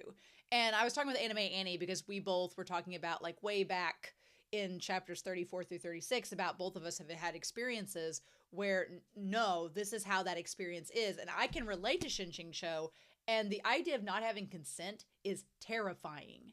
Terrifying. And that feeling of helplessness and powerlessness is something I can relate to on a visceral, real level.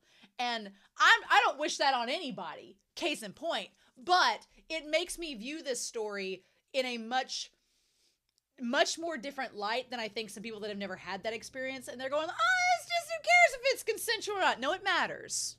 It matters. And that's what I like about MXTX is that her other couples didn't have that problem. And I thought we were past that when he got reborn, but then the damn blood might show up. It's just the one aspect of this story so far. And I'm not really trying to complain about it, but it is the one aspect that makes you go, ick, because it's not consensual.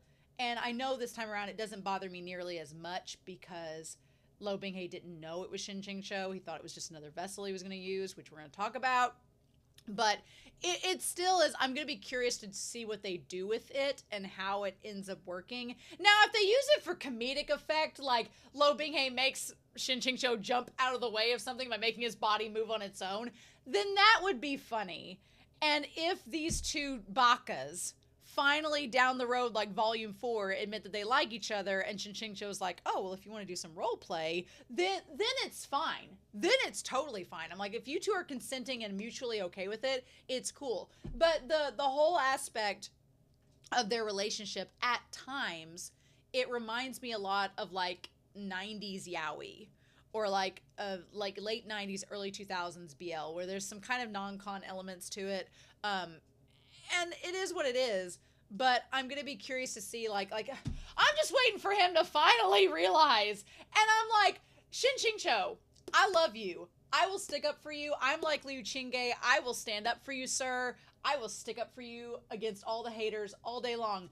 But Shen QingQiu, you just had an NPC character, an NPC Liu, give you the breakdown of what's going on. And you went, oh no. I was like, ah. I felt like Kermit the Frog going, ah. What do you mean? I will give Luo Binghe this. When Ning Ying finally sat him down and explained after the self-detonation what happened, and he was like, oh my God, I made a mistake. Oh my God, this is how it actually was. I was like, okay, good. You got it, Luo Binghe. You did it. Good boy. Give him the head pats. And then Shen QingQiu, it's like he uses the fan as a barrier, being like, I can't hear you. And I'm like, no, now, listen, damn it.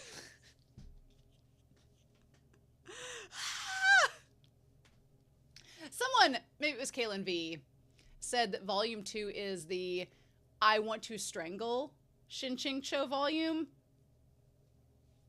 I want to protect him, but I also want to strangle him a little bit. Not to the point that Luo Binghe does back in chapters 34 through 36.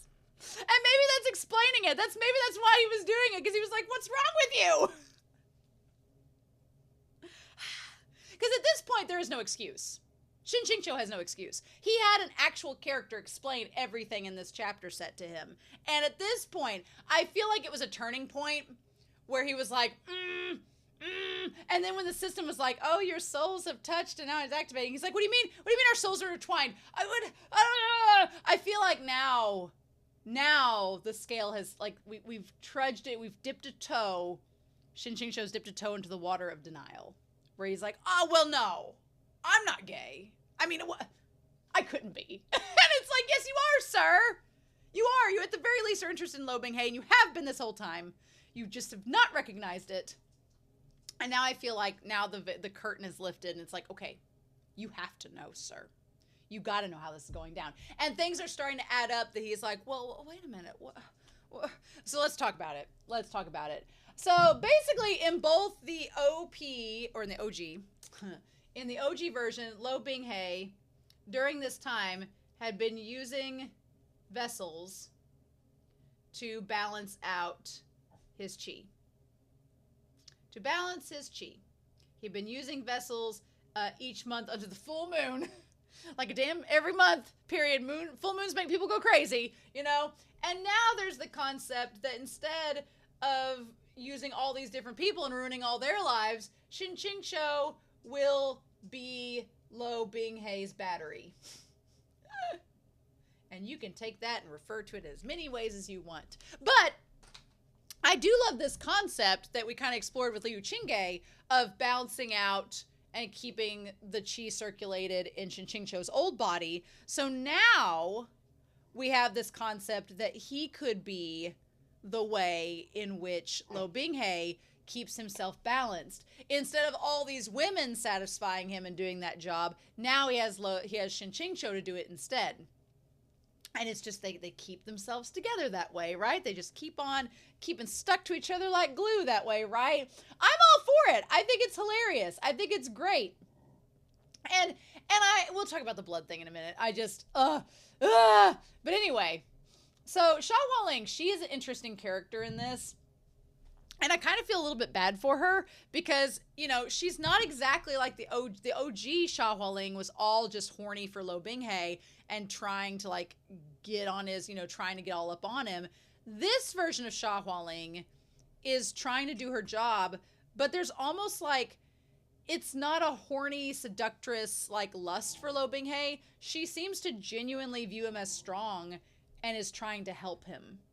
And it's not just her trying to get all on him. I think because she realizes she's read the writing on the wall and she sees that Luo Binghe likes Shen QingQiu and that her affections are going to go nowhere. So I think she's already seen what's going down. So I like the idea of Hualing going from being this seductress, saintress, to being Luo Binghe's basically beard. They all are his beard and just his main minion.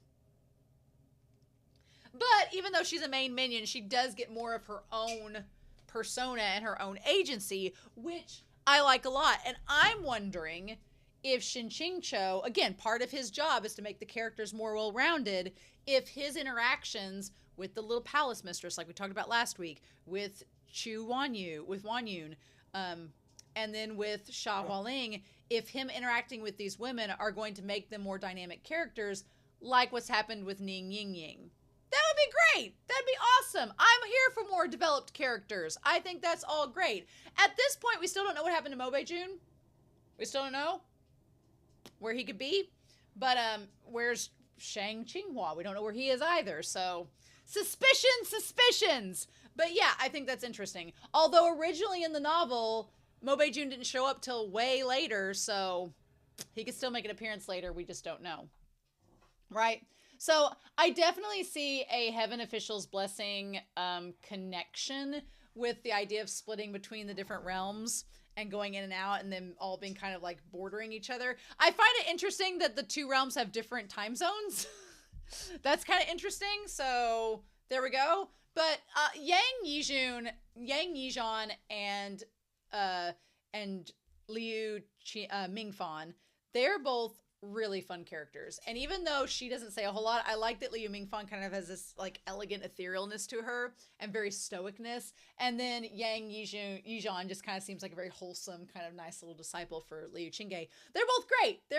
I'm glad they get some screen time in this chapter set, even though they're mainly learning about the gossip alongside Shen QingQiu. The whole thing with the veil is still hilarious. I love that you don't get to see her face. And I love that Shen QingQiu gets so offended, being like, how dare you try to take her veil off her face? What in the world? And he still wants to see it. I like that Shen QingQiu is like, look, I wasn't a pervert. I wasn't thinking rude thoughts. I wasn't being, ridiculous.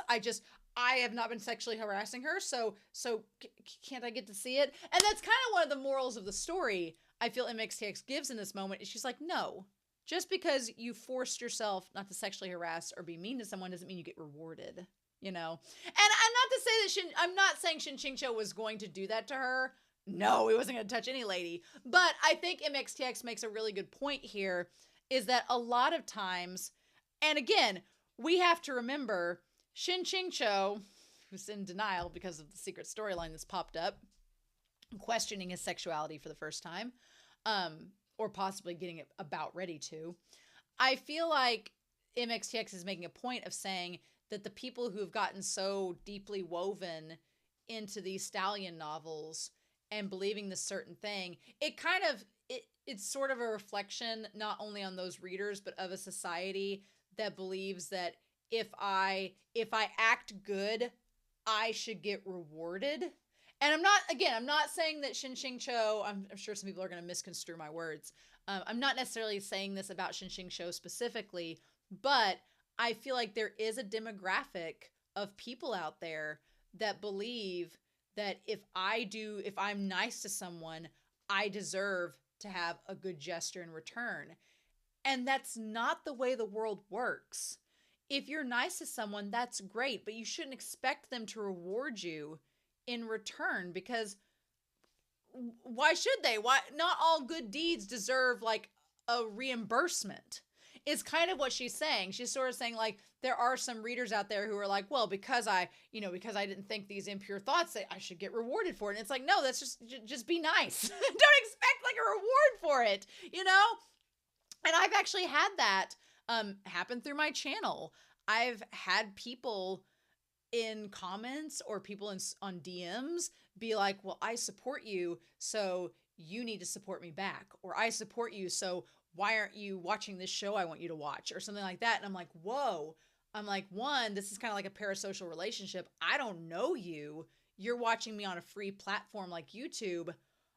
I don't know you. I'm like, you're watching my content, but it's kind of a two-way street, but kind of not a two-way street. And I'm like, just because you support me does not mean I owe you a favor. And that's kind of a weird line. And I've fought that line and I've seen it like start to creep in. And I'm like, ooh. So I kind of felt it whenever, Shen QingQiu. And Shen QingQiu doesn't really even know that that's what's coming out of it. But it's kind of like, yeah, Liu Mingyan does not have to show you her face just because you've been a good person. It's like, it's weird. And like I said, I'm not trying to say anything bad against Shen QingQiu. It's just in that moment, that theme kind of got brought up to me and I was like, oh, that's really interesting. Really interesting. So in any case, Shen QingQiu realizes that Sha Hualing's fingernails instantly grow back. Who knew? But anyway, oh my God, the system starts to come back on. We'll get to that here in a second. And so there are 3 nuns originally in the story. We have the 3 nuns that were in the cave originally, and Shen QingQiu set them free. I instantly thought of like the 3 mice in Shrek that like they get out of the cage and they start running off. It's great. It's great. But he's like, what do I do now? Now we've lost 3 vessels in the long term. Who's going to replace them? Shen QingQiu.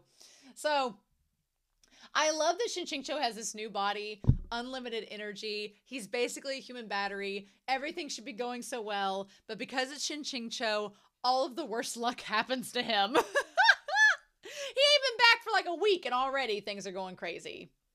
So then they ask who Shen QingQiu is, and he's like, do I say that I'm Peerless Cucumber? Can I call myself that? I don't know exactly what to say. I've been going by my ID. And I do like that Shen QingQiu realizes the sexual innuendo with his ID. And he's like, he feels kind of embarrassed about it. He's like, now that I have to say it out loud in public, it feels weird. And it feels like I shouldn't be doing it. It's like, I think it's hilarious. I occasionally at work get emails from people who you could tell it was like their first email address. And so it'll be like Rainbow Sparkles 87. And you're like, yeah. Which is fine. It's just kind of funny. So, yeah. So inside the Qiyun cave, all of these demons and stuff come in during this like backwater dance ritual. And he manages to see the one woman that basically caused all of the stuff between chapters 36 and 43 to happen with the trial and everything and him being arrested. He sees her, Chu, what's her name? And he just lets her go. He's like, well, what's done is done. We can't go back now. So that'll be interesting to see if anything comes back with that. That part will be interesting to see if anything ties back into that. But so yeah, so if immortal binding cables won't get him, then we'll get some like the thickness of your pinky is pretty thick. And I like the poor Hualing. She's like, I went to so much trouble getting all this put together and you just destroyed it. It felt like something out of Looney Tunes, right? And so Luo Binghe shows up and Shen QingQiu realizes that Hualing's plan is to use him as a vessel. And he's like, I need to get out of here. And what's interesting is that Luo Binghe definitely reminds me of the Beast from Beauty and the Beast. He especially reminds me of the Beast whenever Belle leaves and he lets her go. And Cogsworth and them are like, they're like, but, or when Gaston is raiding the palace and like coming to kill him and they're like, but your majesty, they're coming. And he's like, it doesn't matter now. Just let them come. I love Beauty and the Beast beyond all comparison. I can't explain to you how much I love that movie. But when he's like, it doesn't matter now. She's not here. I'm going to die. Just let them come. That resigned energy that he has in that just let them come moment in Beauty and the Beast is Luo Binghe in this chapter set. That is the same energy. Go watch that scene in Beauty and the Beast and then read this chapter set. It's the same energy. We only get one image this time around. We're nearly through the book. We got 2 more weeks with volume 2. Insanity. But we do get one picture, and it is of our beautiful Liu Mingyan. I keep wanting to say Ming Fan because, you know, we know Ming Fan, but she's Ming Yan. MXTX having names that sound nearly the same. Don't mind us. But I do love this image for a number of reasons. One thing I love about it is that Liu Mingyan, she looks freaking tall as hell. And I'm kind of all about it because I like the idea that she's a big, tall woman. Hell yeah. But I also like, you see Yang Yizhan there in the corner. And then you see, oh my God, you see Shen QingQiu with the big ass beard. But it looks like Shen QingQiu with a beard. I can imagine why Luo Binghe was like, what is this? I can just imagine why that was the case. I can see why. So he gives her an object. And she clutches it in her palm, so it's his blood. It's a vial of his blood, so she can use it to manipulate. I'm like, damn it. I was so excited because Shen QingQiu had this beautiful, unblemished body that was not poisoned at all. And the first thing that happens to it when he gets back is Luo Binghe puts his blood inside of him and poisons him. It's like, ugh, why can't we have nice things? Why can't we have nice things? But then the system is trying to come back on. It's trying to bind to his soul. It's like, the system is like a damn horror movie. It was just like, I have found you. And Shen QingQiu's like, ah! It's just like, I'm coming back. And it's debugging, contacting customer service, trying to figure out like, you made a new body. How dare you? And it's like, no! So the system's going to come back. Of course it is. It's just got to get reacquainted with Shen QingQiu and figure out what's happening. So he's like, huh. But they go into this tea house, which feels very Modazushi. And that's when we see Liu drinking his tea and giving a recount of the events. And it's mostly right. There's a little bit of embellishment. But I'm like, Shen QingQiu, he basically just recounted everything that's pretty much true. I mean, the on the abyss portion was a little bit exaggerated, a bit, but he's not far off. And I'm like, now that you've heard this and you can process it, do you not get it? And Shen QingQiu's just like, la, la, la, la, la. That is the one difference that I appreciate. Whereas Luo Binghe, Luo Binghe didn't shove the truth away. He was like, oh my God, I do. And I think that's because Luo Binghe does love Shen QingQiu, and he knows it. He's accepted it in his heart that he loved him. And he's like, yeah, I did. So that's why he's able to accept the truth and rationalize through it. Shen QingQiu is still in denial, trying to play. Now he's playing the fool. And it's like, oh, no, no, no. Before I kind of was giving him the benefit of the doubt, being like, well, you are kind of oblivious. You've heard it now. It's all out in the open now. Everybody else is with it now. So you don't have the excuse anymore, Shen QingQiu. You gotta get on board with this. It's happening. And at that point, now he does say this one part here about the storyline. It wasn't that he didn't want to see a Shizun. He didn't have the heart to face. He didn't have the face to. And he's like, well, he's like, who are they? He's like, the key point was that the assault wasn't a successful assault, and this is off. How could that be Luo Binghe? If he wanted to assault someone, they would obediently spread their legs themselves, okay? So he basically is saying, he's like, yeah. He's like, if Luo Binghe wanted something, he would get it. But it's like, that's the Stallion novel talking. Like, the Stallion novel is Luo Binghe forcing himself, getting the sex and all that. This is different. So, and I'm sure that Shen QingQiu's saying if Luo Binghe had wanted to have sex with him, he would have made him have sex with him, and he wouldn't have had a choice. But it's, you know, Shen QingQiu's kindness kept Luo Binghe from doing that. And it's like, come on, Shen QingQiu, realize what's going on, my friend. And I like when he's like, let's go somewhere else. But they end up staying long enough for them to hear the whole story. So then we have Huan. We go up to part 10 in all of this. And as they're getting out, and as Shen QingQiu lets the two leave, that's when Hualing shows up. She waits till Yang Yizhan and Liu Mingyan are far enough away, and then she ends up showing up to like talk to him about being the vessel and all of that, and revealing that Luo Binghe is going to control him. Now, I think that Yang Yizhan and Liu Mingyan are going to go back to the Cang Mountain Sect, and they're going to talk to Liu Qingge. And I think that whenever Yang Yizhan starts talking to him, Liu Qingge is going to be like, wait, there's only one person this could be. I don't know how, but it has to be Shen QingQiu. And that he's going to go to Huanhua Palace, not only looking for Luo Binghe again, but now looking for Shen QingQiu as well. And that's when the cat's going to come out of the bag, when he reveals that it's him. So that's when he's going to, I think Liu Qingge is going to be the one to out Shen QingQiu as who he is, even if it's not intentional. So we'll see. We'll see about that, won't we? Oh my God. Oh my God. Anyway.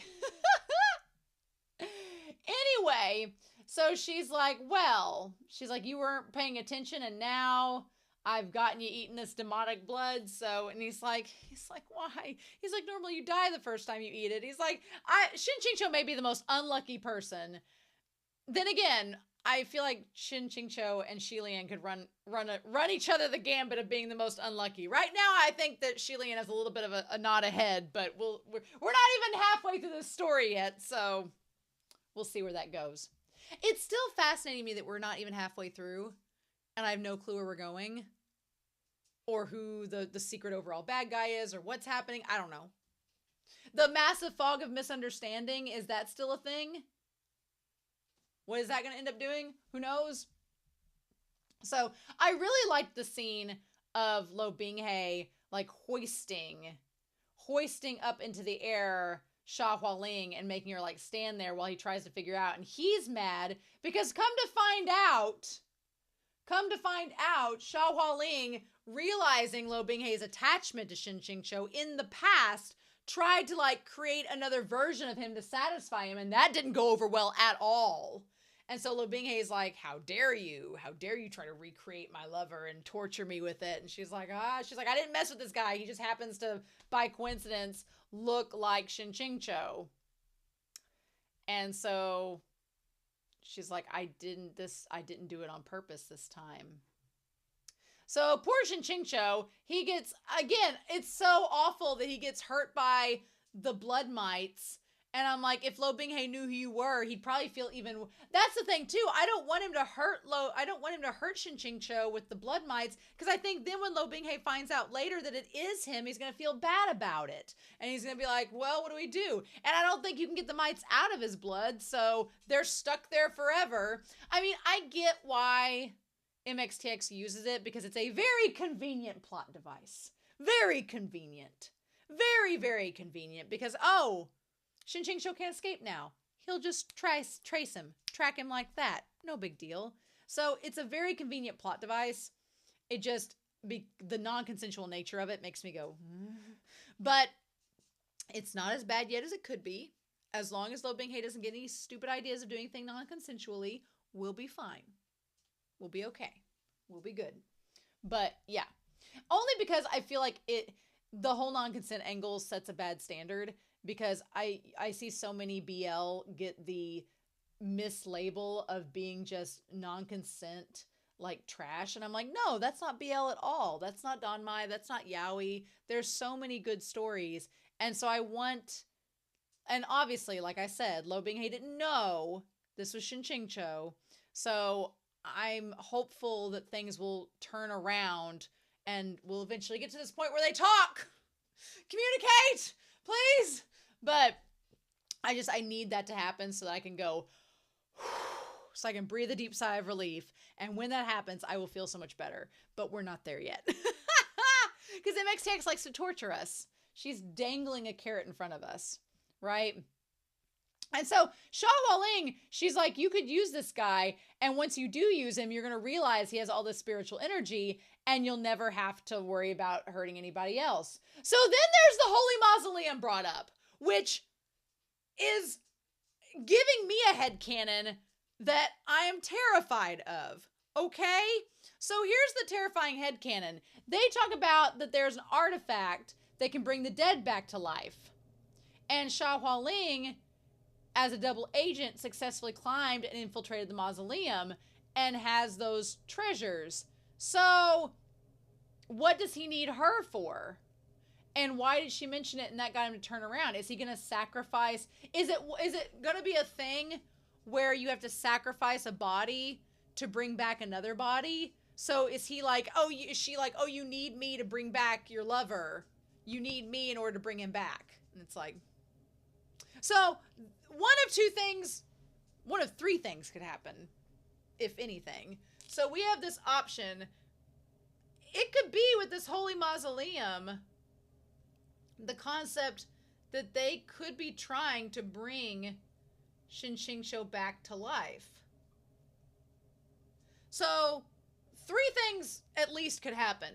One is that they bring Shen QingQiu back using the item, and then we have two bodies.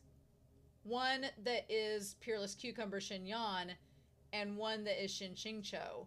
And then the problem is, what if Luo Binghe tries to get back with Shen QingQiu, thinking that it's him, but the OG spirit comes back with that body, and Luo Binghe is pushed into further despair,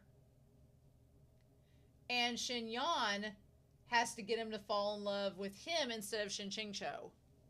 That could be a whole mess. That could easily take up 2 more volumes. So I could see that happening. Okay? But then you have the concept if Shen QingQiu's body is brought back using Hualing as a sacrifice, or someone else, or, I mean, even the little palace mistress might be used as a sacrifice instead to bring him back. And then we have the same strategy as before. The item just makes it happen. Whatever. Or it could be the question of, the other option is if something happens and Shen QingQiu is brought back, and then Shen Yan's soul somehow leaves Peerless Cucumber for whatever reason and goes right back to Shen QingQiu, and we're back to square one. I hope none of these scenarios happen before one of these happen. I hope that this is not something that immediately happens soon. Right? But I don't know. I'm terrified of the concept of Shen QingQiu coming back, and then there being Shen QingQiu and Shen Yan, and then it's like, which one does Luo Binghe fall in love with? Terrified of that, let me tell you. But knowing MXTX, it could very well happen. And maybe part of the story is to get Xia Hualing. I know. Part of the story is to get Xia Hualing to not become a sacrifice. Maybe part of Shen QingQiu's mission, or Shen Yan's mission at this point, is to get her to have some self-worth and be like, look, girl, you don't have to be a sacrifice for him. Okay? He's not worth it. And then she doesn't sacrifice herself, but we'll see. So anyway, Luo Binghe touches Shen QingQiu, and the touch verification connects them, gets the system back on, and connected to the central power source and storing power. So it's like, is the system storing power in Luo Binghe, and he's giving power to the central power source? Probably. And then system self-evaluation. All operations are normal. Thanks for your patronage. And Shen QingQiu was like, I hate this. So basically, yes, his life as a human battery begins. Awesome. Great. I'm sure there's no crazy fan art about this at all. So yeah. And he's like, look, am I paying the price for my comments section? He's like, why is Luo Binghe always picking on me? It's like a kid on a playground that picks on a kid, and then you're like, it's because they like you, and you just don't realize it yet. You know? So, somehow, Shen QingQiu ends up becoming his lackey. He can't leave. He can't go anywhere. He has to just basically follow Luo Binghe under his nose. The person he's looking for and wants back is right there smack dab in front of him. What do we do? What do we do? I wondered at the start of this chapter set, I was like, now that Shen QingQiu is back, what's he gonna do? Well, the answer is MXTX is gonna make him be part of Luo Binghe's disciple sect. Now he's the disciple working under Luo Binghe. How the tables have turned. Oh my god. Oh my god. It's crazy, y'all. It's crazy. So, anyway, Shen QingQiu tries to hurt his face, or Xia Hualing tries to hurt Shen QingQiu's face, and he's like, what are you doing? And instead he puts a little mask on, which makes me think he just has a little cloth mask. He's like Orville Peck. He just has a cloth mask over his face walking around. Where's that fan art? Right? Where's my Shen QingQiu Orville Peck crossover where he's just walking around with like a bandana over his face so that nobody will hear him or see him? Oh my god. So he says he's Peerless Cucumber, and Xia Hualing thinks that he's making fun of her. So yeah, now the Huanhua Palace has become the Pride Lands during Scar's rule. It's become the West Wing. It's just become this barren wasteland, and everybody's just telling him that Liu Qingge keeps coming to try and fight him. And he's like, they've demolished Linghua Domain. And this is what got me. Whenever Luo Binghe is like, let him demolish what he likes. Anything else is like, let them come. Like, it just reminded me of the whole scene. Can't, y'all. And so, the little palace mistress and our dear Qin Wanyu, they are trying to find out what happened with her father. Shen QingQiu thinks that Luo Binghe killed her father. We don't know what the truth is. And she's trying to figure out where he is, and she's trying to get Luo Binghe to do something beside lament over the corpse of a man that he used to know. And that doesn't seem to be working very successfully at all. Luo Binghe doesn't like her at all, doesn't like Qin Wanyu. They're just everybody's miserable in this whole palace, which makes me believe, and at first when Shen QingQiu was like, well, why would you toss away your resources? And I was like, well, don't. At first I'm like, Shen QingQiu referring to the women as resources, like, I would like to think that Shen QingQiu is very respectful to women, but he does say some things that are kind of, again, they're in line with Proud Immortal Demon Way, and so he probably doesn't think much of it, but it's like when you say it like he does, you know, who tosses his women aside without sleeping with them? I'm like, I know Shen QingQiu is trying to mean, like, Luo Binghe, you should treat these women better than you are, but the way that he says it is still in line with this male stallion novel way of thinking. And Shen QingQiu is still thinking in the realm of the stallion novel. And it's like, but that's not the same novel. This is not the same novel that it was. And so at some point, I want Shen QingQiu to question, like, let me phrase this right. Did he read Proud Immortal Demon Way for the fact that it was a stallion novel? Is that what he liked about it? Or was it the monsters? Was it Luo Binghe? What was the reasons he was all about it? Because I think Shen QingQiu is trying to make himself believe, well, this is just the way the bros do it. This is just the way, like, why are you wasting your resources and calling the women resources and stuff like that? When at the end of the day, it's like, I want Shen QingQiu to kind of reevaluate what he liked about the novel, and if it was what he thinks he should like about the novel versus what it actually was.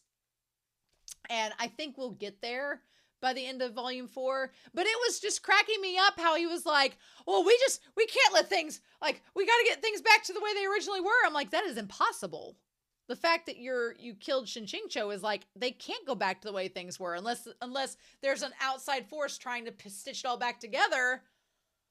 Who knows at this point? It's all insanity. And so, yeah. And I like that one shot where Chen Wanyu, like, looks back at Luo Binghe like she's hoping that he'll, like, come around, but he doesn't. So, man, Luo Binghe is at a low of lows, and Shen QingQiu is like, I'm kind of in a bad spot, but I also have a little bit of power in this situation, so what can I do? This series, it keeps on surprising. Here's the crazy thing, right? Here's the crazy thing. In Modao Zushi, and again, I'm not going to spoil much. In Modao Zushi, I guess just skip the next 30 seconds if you don't want to be spoiled in Modao Zushi and Heaven Official's Blessing, but I'll keep it very mild. In Modao Zushi, Lan Wangji and Wei Wuxian are together like 95% of the story. Like, they're together like most of the story. And even if they're not together, they're hearing each other's side about when they weren't together. So they're there the whole time. Like, they're always together. And when I read Heaven Official's Blessing, I was like, oh, are these characters going to be split up? Are they going to be together? And I was pleasantly surprised that they were together more than they were apart. And whenever they were apart, I was like, oh no, I want Hua Chong and Shilian to be together again. I want to watch them go on adventures and see things. In this story, there are times where I think Shen QingQiu needs a break. This story is doing the opposite. I'm like, how about we have some moments where they aren't together so that they can have a breather before they are reunited? Because right now, them being together, no one's happy. And I know that we will eventually get to the point where the two of them being together, they will be happy, but we're not there yet. And volume 2 has been a trial. It's been a trial, y'all. But we've got two more sets of chapters to get through for this week. I almost keep forgetting about the chapter titles for this week, and then I remind myself, and I'm like, oh no, we got to go back to that. So let's go back to that. We had chapters 46, 47, and 48 this week. So you know what we ought to do? We should go check that out. The chapters for this week, if we go and look at those, chapter 46 was Commotion in the Devil's Nest. That's a very subdued title. You wouldn't be totally spoilery. Chapter 47 was Zhang Yu Gossip. That's where Lu Liu is telling the gospel truth. And then chapter 48, Not Knowing They've Met by Chance. So yeah, the idea that all of this was set up and it just was happenstance that it all ended up working out together. Interesting. Interesting indeed. Those chapter titles weren't too bad. Those were actually decent, not too spoilery. So yeah, next week we're going to be looking at chapters 49, 50, and 51. And the following week we'll finish out with 52, 53, and 54. So these chapters have been really long, and that's in a good way. I like a really long, good chapters, and we'll look at the back of this when we get to the end of the series, but really impressed. So yeah, I want to say things are better than they were at the start of this novel, but they still are. Shen QingQiu needs to come to terms with reality. And Luo Binghe needs to figure out that this is Shen QingQiu before he brings back something from beyond the grave that could bring out even more problems than before. So, but we'll just have to wait and see, won't we? So, in the meantime, I hope you all have a wonderful week. Please stay safe, take care, and yeah, I'll be back next week with more of Scum Villain's self-saving system. Bye!